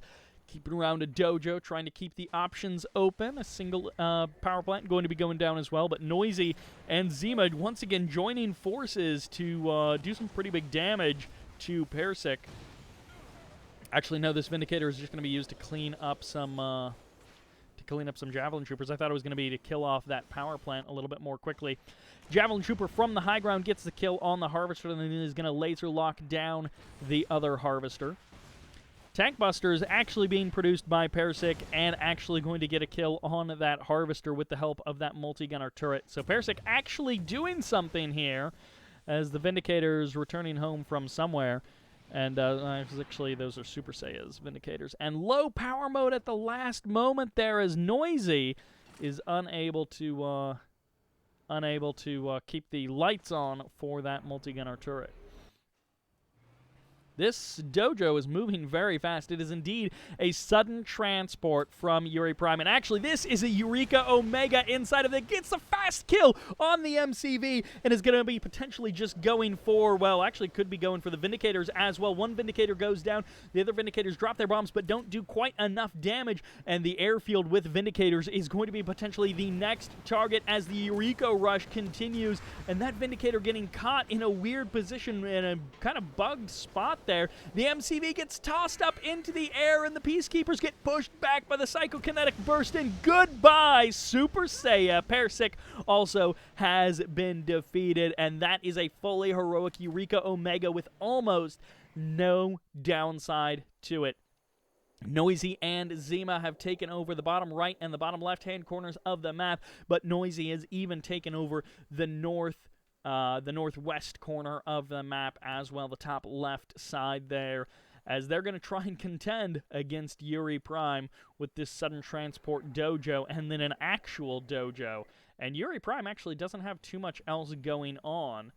The MCV was actually moved over here for an expansion, so Yuri Prime is going to be potentially just trying to hold the line in the north. Once again, TheWhistler claiming the entirety of the middle of the map, virtually uncontested this entire time. I don't know if he has taken a single bit of damage. He got a kill on a Harvester or two over here, but I don't know that he himself has taken any damage at all. Yuri Prime continuing to cut through building after building with Eureka Omega, and now going to be going for the airfield or the MCV. Goodbye, airfield. How quickly these things just get blasted apart. The MCV getting destroyed so incredibly quickly by Eureka, and what are you even going to do?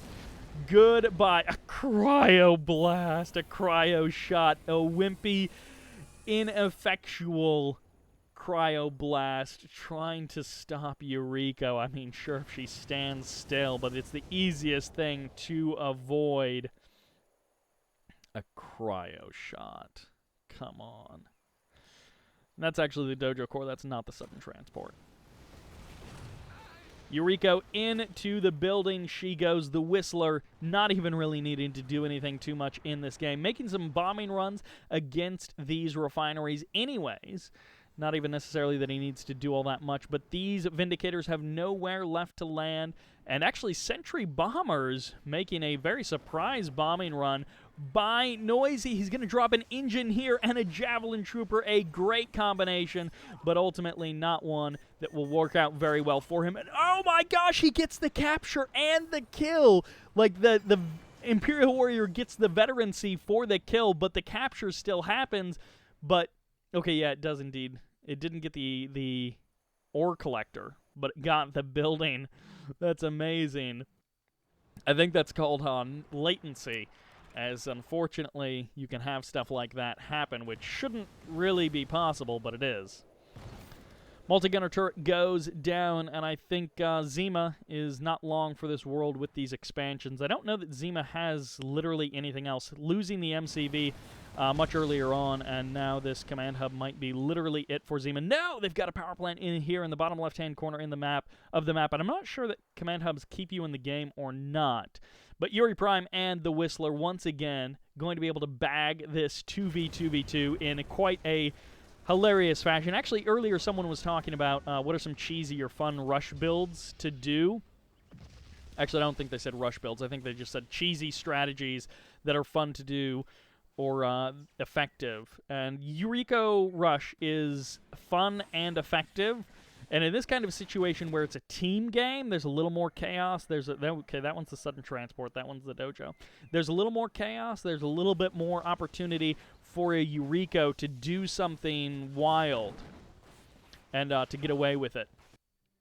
In 1v1, you're probably going to be so vulnerable going for the Eureka Rush that you'll die to something else, as IFBs and Tango in the sky, and the Tangus almost all get eliminated. These no, they missed the MCV. They don't quite get it. Oh my gosh, so close as the Sentry Bomber carpet runs don't quite get the kill on the MCV. The IFVs also don't quite get the kill on the Tengu, but still trying to keep the hope alive. Zima is pushing north with a big group of Peacekeepers, but that is going to be cut to an abrupt end as Yuri Prime has just enough Tengus, even though he sacrificed 2 of them into the cryo shot, which is a bit of a mistake there, but he loses 2 of them to that cryo shot. Imperial Warriors are now going to be produced. Once again, the Honorable Discharge could be utilized to do a little bit more damage to these Peacekeepers, but it doesn't even matter as there are enough Tengus to clean up these Peacekeepers. TheWhistler and Yuri Prime having to join forces together to defend this spot in the north as the Engineer gets killed off, the MCV being sold off, but Zima and Noisy have been defeated. And that will be it. Very unfortunate there for everyone who's not Yuri Prime in that game, but that was a great Eureka Rush and quite well executed there by Yuri Prime. So Yuri Prime bringing the mind control powers into Run Alert 3 with the Eureka Rush. And of course, I think XYHC might actually have a video on how to execute the Eureka Rush. It's great fun in team game scenarios, and in this case, Zima and Noisy not enough to stop. All that allied firepower was not enough to stop Eureka Omega.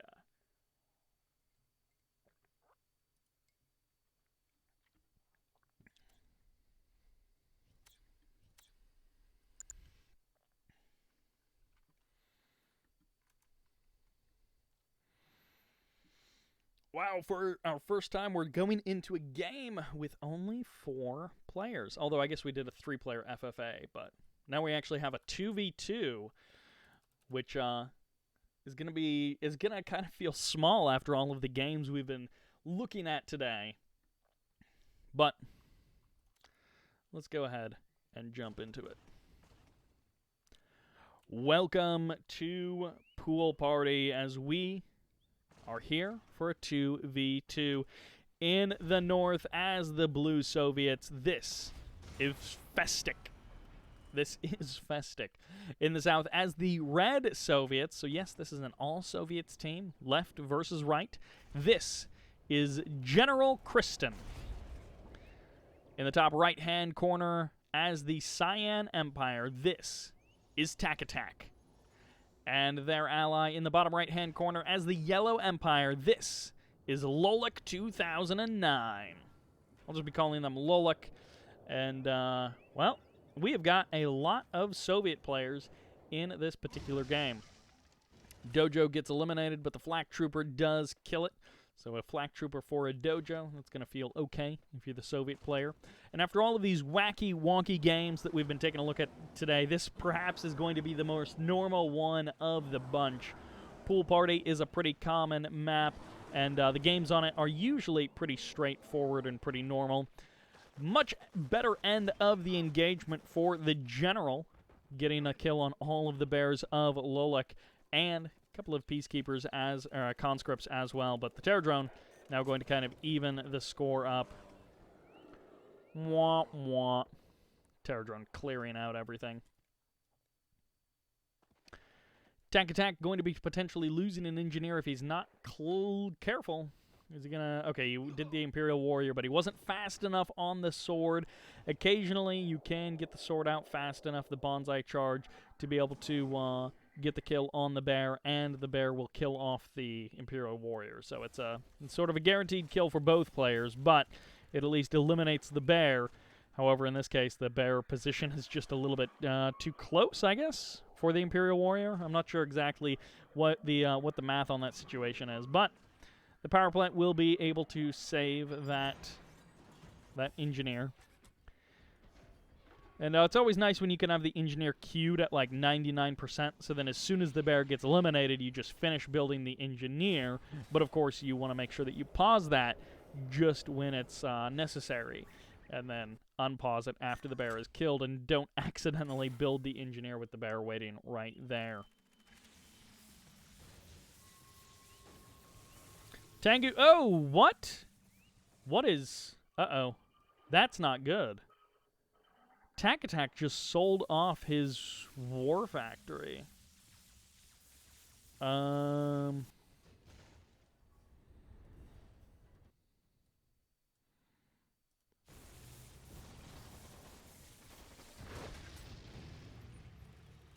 don't know what Takitak is going to do. Mekabay gets rebuilt in the south. Is he just going to lose everything that's here? He sold off his barracks. This actually might just give Festik a huge opportunity to do whatever he wants. If I was Festik, I might actually try and take a 4th refinery quite quickly. Maybe even 4 and 5 quite quickly. Tengu gets eliminated. General cleans up the Tengu there. Alright, so Lolik is going to drop a barracks and a sentry gun. And I mean, hey, that's something, but Defender Corps for free also. This is going to completely now focus on the southern half of the map. Lolik is going to try and mount some kind of a defense, but if your only defense is a sentry gun and a barracks, then that isn't going to be necessarily last all too long. That Mekabay sell-off is really curious. I would be willing to bet that was a misclick, but I would be curious if it was intentional. Couple of tank busters given away. Well, one given away. The other one didn't actually get up to the front line. General pulls back his sickles and his hammer tanks. Hammer tanks and bullfrogs from Festik going to be pulling down to the south. And actually, they get a sickle for free, but the Terror Drone gets the infect on a bullfrog, and the Terror Drone does not escape. Lolek not going to be able to get a chain kill with that Terror Drone. Hammer tanks switching over to leech mode, and Lolek definitely pulling some weight in this game, saving these refineries, saving the power plant as well for Takitak. And now Takitak is actually kind of fine. I mean, 3 refineries, Mecha Bay is up and running, Dojo is up and running, so some Tengus, maybe even taking up to tier 2, goes to some choppers. Like, you got 3 refineries, you should be pumping something out. Lolek going to be going for the big numbers of hammer tanks, going to try and get some extra damage out with 1 hammer tank while leeching down these other hammer tanks. And of course, the numbers advantage is on the side of Lolek. So Lolek is going to be switching some of the hammer tanks over to that gun mode to try and kill off the actual hammer tanks of Festik. And this is kind of the weird thing of Leech Beam.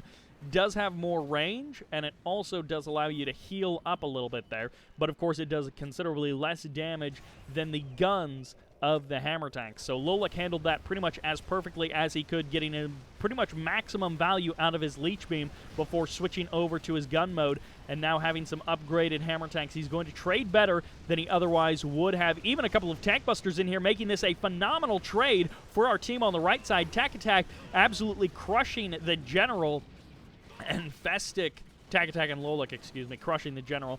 And Festik showing up with some twin blades a little bit too late. That engagement went pretty poorly for our team on the left side. They still can pull this back and play a little bit defensively, but giving away a hammer tank is not a good way to start that. Giving away 2 hammer tanks is also not a good way to start that. Tengu's going to be swinging in to deal with the twin blades, and the bullfrogs are too far away to defend the twin blades on the front line. Fortunately, the Tengus did try to overcommit and did take a bit too much damage from that bullfrog. But the number of hammer tank and other unit kills that Lolek is getting that are pretty much uncontested is phenomenal. Lolek is just rolling through the efficiency tab on this game and just getting so much value for all of these units. This joint attack in the south has completely pulled the pressure off of Takitak in the north. Festik and Christian have just been joining together to try and deal with this, and joining together quite poorly to deal with this. These 3 hammer tanks, in theory, should be dealt with by, you know, either reinforcements or something, but they just have done so much damage. If they get an additional harvester, that will be truly amazing. Even point defense drones being activated to allow them to survive that much longer and to do that much more damage. A Terror Drone trying to get in, but the Terror Drone goes down, going for the guaranteed kills. Even a hammer tank going to be trading out, even though the numbers are clearly on the side of Festik, almost losing a second hammer tank. And the Twin Blade's going to be getting eliminated as the Tengus get some great shots off, but not good control as the Bullfrogs get 2 additional kills on those Tengus. And now Takitak kind of bleeding out units in a way that is not very advantageous. He may actually get an additional Tengu or Twin Blade kill. No, barely. He does not. Oh my gosh, the Bullfrog doesn't get the kill on that Tengu for so long. These Twin Blades getting so low on health, but most of them do survive. 2 of them literally on fire as Festik keeping them alive, but just barely. Lolek rebuilding those hammer tank numbers. If this attack is anything like that last one, then Lolek may just roll over this game and kill it.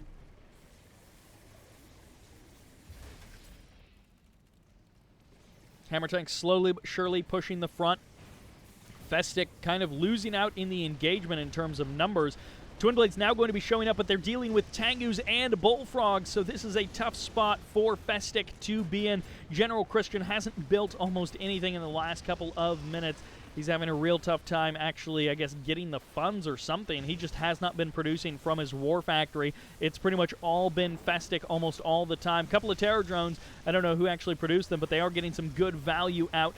as the Terror Drone stasis locking down everything that comes out of this War Factory. YuNo doing a great job once again of getting value from his units, even barely getting the kill on that Tesla Coil. I thought the Tesla Coil would beat out the hammer tanks, but they barely survived there. And, well, the conscripts, I'm not actually sure what those conscripts have been killing to get themselves a fully heroic status, but they've been doing something, potentially even clearing out a couple of Terror Drones. But double Tesla Coil going down and double Tesla Coil being eliminated almost, and it looks like the Chopper VX is maybe even going to get the kill on the Tesla Coils as they barely have any health left. Takitak now going to be targeting down the super reactor. If he stays this close, I think both of those Chopper VXs will go down. Maybe even all three Chopper VXs will go down. Forcing the sell-off that late in the game is also pretty nice, only getting 197 credits back for it. So, Takitak with the Bullfrog. Oh no, this might actually cause some problems for Takitak, considering he's not actually controlling his Chopper VXs at all, instead of letting the Bullfrog and the Flak Trooper completely clear the skies, and the Bullfrog actually survives. Festik now turning his sights north as he eliminates Takitak's original main base, which has largely been uncontested for most of this game. YuNo once again dropping a flak cannon in the north. Oh, that was a great drop of toxins, cleaning up those tank busters. But you have to hand it to YuNo. The sentry gun and the flak cannon, excuse me, buying so much time for Takitak in the north, doing so much to keep Takitak in this game. And I mean, Takitak has done a fair share of damage here on the southern half of the map, but YuNo definitely being the heavy lifter in this game, continuing to expand further and further forward, dropping a couple of additional reactors, and now going to be getting this Tesla Coil back online. Festik and General both still in this game, although I think the General is not doing a whole lot over the last couple of minutes of this game. He does technically still have like 3 refinery economy, but I guess 2 refinery economy since this one isn't actually active. And the oil derrick, so, like, you know, decent early game income, but now down to just 1 working refinery. And, well, the noose may be getting tightened. Festik is going to make some kind of last-ditch defense, and he has enough stuff, he has enough economy behind this, that he could, if the defense is good enough, he could roll through this game and win for himself a better position to potentially finish this game out in. But this is definitely a battle of the southern half of the map. The conscript getting the kill on the engineer, maybe. The engineer actually takes a while to be killed off by just a single conscript. And, well, the bear gets the roar, locks down a couple of those tank busters. Toxins get called in by Festik or the General. I'm not sure who it actually was, but the V4 firing off that missile, impacting basically nothing. Hammer Tank's going to be pushing forward. Good use of the Hammer Tanks once again by YuNo, always engaging with them grouped together and using the Leech Beam when it's necessary. 1 refinery down. This is going to cut down the economy of Festik by, I don't know, 1/5 or something. It's either 1/4 or 1/5, but I think he's got 4 refineries left. These are still 12,000, so he's still got a decent amount of income left. Yeah, 24,000 between those two nodes. Bullfrog's leading the charge, which, if that was intentional, you would have hoped he would have gotten a little bit more damage for those Bullfrogs. Bullfrog's now going to try and keep away these Twin Blades as a couple of Tengus are mixed in with this army, but the V4s are the only real strength left, and this is just a crushing roll by YuNo. And maybe there's some kind of miracle Twin Frog defense that can be mounted, or maybe there's some kind of engineer play where Natasha and an engineer for Festik are going to win the day, but that was not even close. Festik has been defeated. It's all up to the General, who has been defeated as well. Festik and General Christian falling down after a great opening against Takitak. And again, Takitak, I just assume, misclicked there with a poor decision to sell off that Mecha Bay. But it ended up sort of coming back for him. He was actually able to be a viable part of that game. And that will do it for that replay. We have one last game to get to, and then that will be it for today's stream as we're casting some Red Alert 3 team games. Thank you guys all very much for joining me, and we have one last game. It's a 3v3 on Magmageddon. Imagine a game without allies. Well, that's literally what that was. That last match. Linkbane, was that your game? Did you play in that?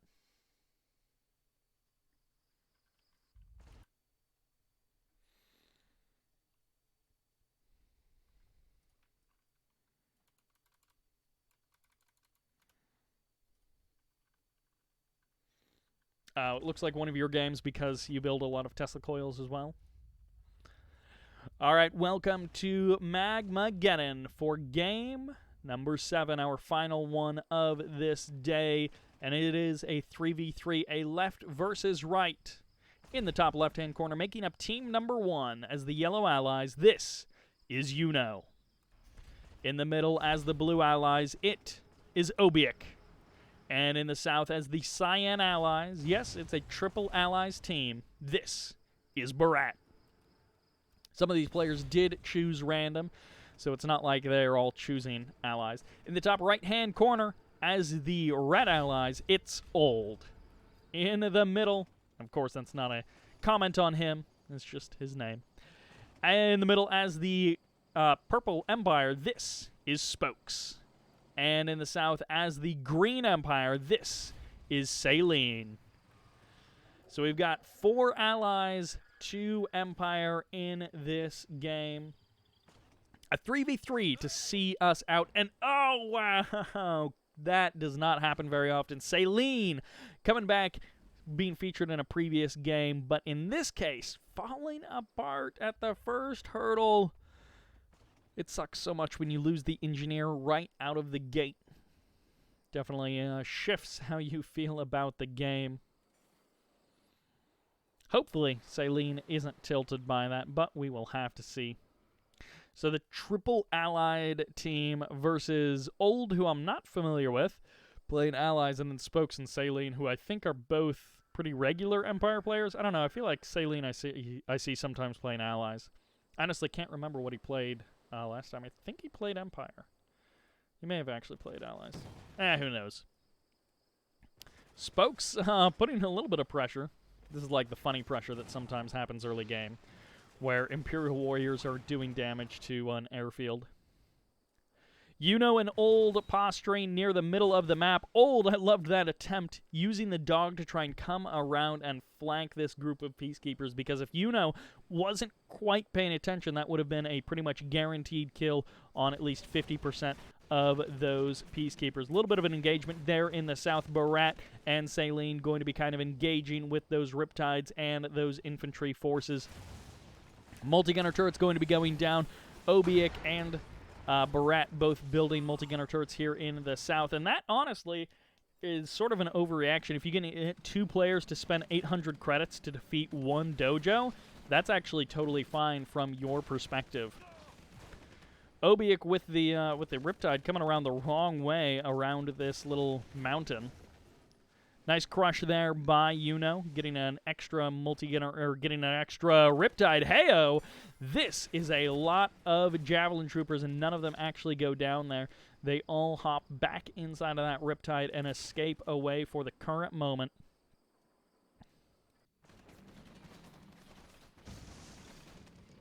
Tengu's chasing down a couple of Riptides, and they both go down. Nicely done there by Spokes. OBIEK showing up with a ton of Riptides and Javelin Troopers himself, but he's not actually able to save YuNo's refinery. The refinery does get eliminated, and unfortunately for Old, he's now going to lose all of his Javelin Troopers, but that's probably what he was looking to accomplish. Behind that, Old was not necessarily able to do a whole lot. He hasn't quite taken his 3rd refinery just yet. It's going to be out here on the water. It's actually being blocked by YuNo's dog.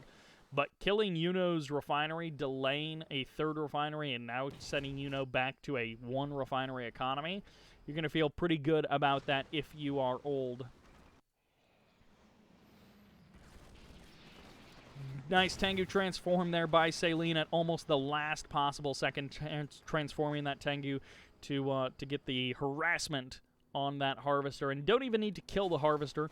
You know, when that Tengu is that close to health, or that close to death and being targeted by Apollos, like, delaying the Harvester is as much as you could possibly get for that.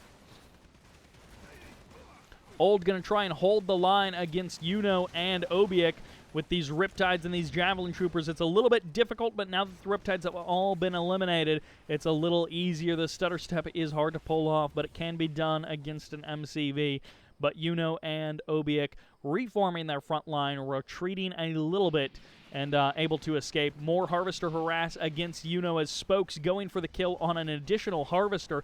And while the ore refinery is going to be safe for now, the oil derrick is not going to be safe, as the Tengus will be able to target that down quite nicely. In the south, Saline losing a Harvester, a little bit annoying there, but Berat doing a good job of keeping Saline busy and keeping Saline's numbers down. Old trying to do something sneaky with this MCV, but it's going to get caught out by a couple of Javelin Troopers and Peacekeepers, as this Konyard is so close to death, but not quite dead just yet. Cryo shot firing off, and that MCV is so close to death that it might actually be worth sacrificing a couple of Vindicators if you have them to go for the additional damage. The Engineer is being constructed right there, and it will eventually jump inside of that MCV for the heal up. All of OBIEK's Javelin Troopers do get eliminated here, and a second Javelin Trooper is going to try and do something, but at this point it's been too long. You had a narrow window there, a pretty slim chance to finish off that MCV, but once you wait a little bit too long, it's not going to happen. Dojo does get cleaned up, no sneaky Engineers, and that was actually making use of the wall sell-off from earlier in this game, as Saline was harassing, and Berat forced to sell off that wall segment to escape with the Harvester. MCV going to be taking a lot of damage, down to about a third health. Not going to be feeling very good for Saline, but he should be able to escape. Actually, he may end up getting blocked off by buildings, and I guess you just sell in this situation. There's nothing else you can do. The MCV goes down, the Engineer gets eliminated, and Saline is in a tough spot. He may actually just be done from here. Berat and OBIEK going to be trying to hold the southern part of the map against those tsunami tanks. Meanwhile, in the middle of the map, Spokes pushing north to try and push back YuNo and OBIEK. OBIEK fighting on multiple fronts with his allies, trying to make something happen, but it's just getting stopped by our Empire players. Great crushes there as the infantry are not microed back or split in any way, and those tsunami tanks just get basically free crushes there. I mean, they did lose the tsunami tanks, but they got phenomenal crushes in terms of how many units they were actually able to take down. Not so much in the second half of that engagement, but in the first half of that engagement, tsunami tanks doing great. And, well, at this point, the tsunami tanks are kind of trapped behind enemy lines. They end up going down, and the barracks barely survives as a cryo shot fires off, and Old trying to take use of this time to get some damage done, freezes down one multi-gunner turret, and with his big group of Peacekeepers, he does step forward and do some additional damage. This multi-gunner turret with a Peacekeeper inside of it now going to be able to push Old back and stop the onslaught, stop the assault, as Javelin Troopers inside of a Riptide going to try and break down another one of YuNo's refineries. YuNo's struggling so much to get just a normal economy up and running. Javelin Troopers from OBIEK here in the south harassing Saline, whose poor MCV-less existence is just hanging on and trying to do something with a couple of strikers and a couple of tsunami tanks, just trying to scrape out an existence. YuNo with the ore refinery rebuild, again, just trying to get up to a normal economy for this stage of the game, but Old is just not letting YuNo get anything resembling normalcy. OBIEK going to be harassed a little bit by a single Tengu from Spokes, and Spokes getting some value out of those Tengus, multiple spots harassing, and hey, you do what you can. Saline now maybe broken after losing his MCV with nothing to really push back all of these forces. It may be the end of the road for him, and I don't know that Saline has anything left to go with. Ooh, aircraft carrier closing in as well. Saline has been defeated. Everything gets handed over to Spokes, and Spokes now has a phenomenal task in front of him.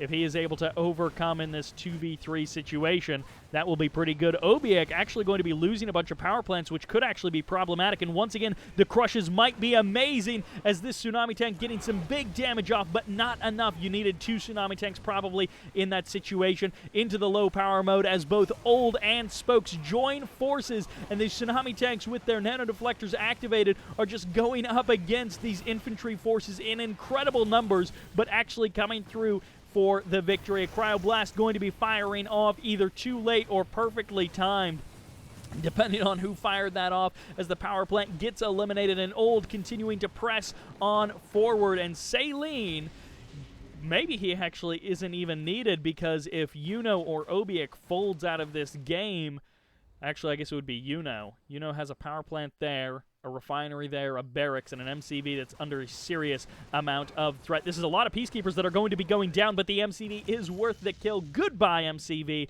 So this may actually turn into a 2v2 from this point forward. Once again, Berat going to be going for the Javelin Trooper Riptide combo, as this is another dead refinery, and goodbye, Spokes' refinery actually pulled off at the last moment there. He did not actually get the final kill on that refinery. Spokes with just a single tank buster hanging out in the middle of Old's army, not even joining in with Old's army in the march against OBIEK and Berat. Both refineries get eliminated there, and these Riptides should be able to escape, although I guess they could stick around and try and kill off the Harvesters or the power plant. Vindicators making their runs against the tsunami tanks, trying to thin out the numbers and break down the army before it gets too close. Precision Bomber going to be coming in, but the bomb gets rerouted to the Assault Destroyer, which survives the blast. Riptides against Harvesters as the MCV getting targeted down, but the hero Harvesters barely getting the kill on those Javelin Troopers. Still 2 Javelin Troopers here, and there are Apollos to overwatch this engagement, and just barely this Konyard trying to hold on with dear life as Old shows up with a couple of cryocopters, and the tsunami tanks from Spokes barely able to save the day, and this MCV so close to death. YuNo giving away 1 refinery to OBIEK as he exits the game, and YuNo maybe giving that refinery will be the thing that allows OBIEK to stick around and win this match. No laser lock on the MCV as it packs up and runs away, and the gigantic infantry army from Spokes, which could be dealt with, is just closing in, getting closer and closer to OBIEK and Berat. Cryoblast going to be firing off. The couple of cryocopters mixed in here as well, going to be stopping the multi-gunner turrets from being as effective as they would be. The barracks getting frozen and shut down, which just means OBIEK's front line doesn't exist. Cryocopter going to be breaking down the wall with these Peacekeepers, and the Riptides not able to close, or not able to stay away, and actually closing the distance too much, because of course the thing about a big Peacekeeper crowd like this is you can deal with it at range. What in that visual glitch, though? I thought there was like a Assault Destroyer black hole armor that was somehow grabbing those shots, but there was nowhere near that. The thing about a big Peacekeeper crowd is you can deal with it at range, but once you get up close and personal with all those Peacekeepers, it is almost impossible to stop those kind of numbers. Berat with the Mirage tanks may actually be able to cut through some of these Peacekeepers, but again, Mirage tanks and Assault Destroyers, that could be the thing that does it. The Mirage tanks will clean up a huge crowd of Peacekeepers, but not if the Peacekeepers can close the distance. Never mind, Cryoblast locks them down, and I'm not actually sure why some of these units did not get frozen. Maybe Shy XYHC can let us know, but that was kind of weird how only some of them ended up frozen. This Mirage tank off to the right at distance, cleaning up these Peacekeepers, all of them going down, and Old's army evaporates, although it's not for free. Spokes and Olds joining forces to basically just kill Assault Destroyers. And Berat has saved OBIEK. OBIEK with 1 refinery, 2 refineries. I think that's literally it. Wait. OBIEK doesn't actually have any production. So OBIEK, It might actually be better for OBIEK to leave this game and just let Berat play it out. Mirage tanks leading the charge. Apollo's going to be trying to chase down these Vindicators and clean them up. If you can clear the skies as Old, your Cryocopters might be able to turn this around. But Old's entire army, his entire ground army that is, was almost entirely that infantry push that he was leading across the map. And now it's pretty much all gone. Goodbye Cryocopters. So he's going to have to try and mount a defense here. Berat may be able to lose this army and make another one. I'm not sure how much Berat has in the bank. Great cryo shot here, splitting up the army, the Mirage tanks away from the infantry. OBIEK doing what he can to try and cut off Old's reinforcements as Old gets pushed against the mountains and destroyed, and this assault destroyer gets eliminated. Those Mirage tanks doing incredible damage, cleaning up the refinery as well. And Spokess and Old are both technically in this game, but looking around, I'm not sure if Spokess has any actual production. Spokess might literally just have units. And, oh no, he does have a Tier 2 dojo. So he is going to produce some Shinobis, which I don't know when the last time I even saw a Shinobi in a game was, but, you know, occasionally they do show up. Is he going to try and infiltrate? I'm not actually sure what his plan is here. Old is going to try and hold the line. The Cryocopters, again, going to be a very useful tool in the defense for Old. Berat and OBIEK. Really, it's just OBIEK, or Berat doing the real heavy lifting here. Vindicator's going to be coming in, and the Apollo's trying to clear the skies, but the IFVs and the Javelin Troopers get the Cryocopters, and there just isn't anything left for the defense, so it's up to the last-ditch effort of Old and Spokess to try and make something happen here. The Tank Buster's getting some nice shots off, but it's not enough to curb the tide. It's not enough to stop the curb stomping that is coming in. Berat's army is actually not, like, it doesn't have a lot of health. Everything here is low health, but they're heroic. They just can't be stopped. Actually, an assault destroyer could be the perfect thing to stop it. Everything here is like one or two good shots away from dying, but at the same time, it does so much damage. Like a fully heroic Mirage tank does crazy damage. And goodbye Shinobi, that gets eliminated. Spokess has been defeated. It's all up to Old, and these units are too efficient. Again, all of the stuff here, IFVs, Riptides, they have relatively low amounts of health. Mirage tanks even have low amounts of health, but it's just like you literally can't stop them. Everything is crushing forward. Old has been defeated. OBIEK and Berat making it happen, sticking around in the game. But again, really just Berat and just perfect control of those last couple units. Everything being used to the absolute max. And there you go. That is our last game for this stream for these Red Alert 3 team games, except that FFA. I hope you guys very much enjoyed it. Thank you all very much for watching, and this is Sybert signing out.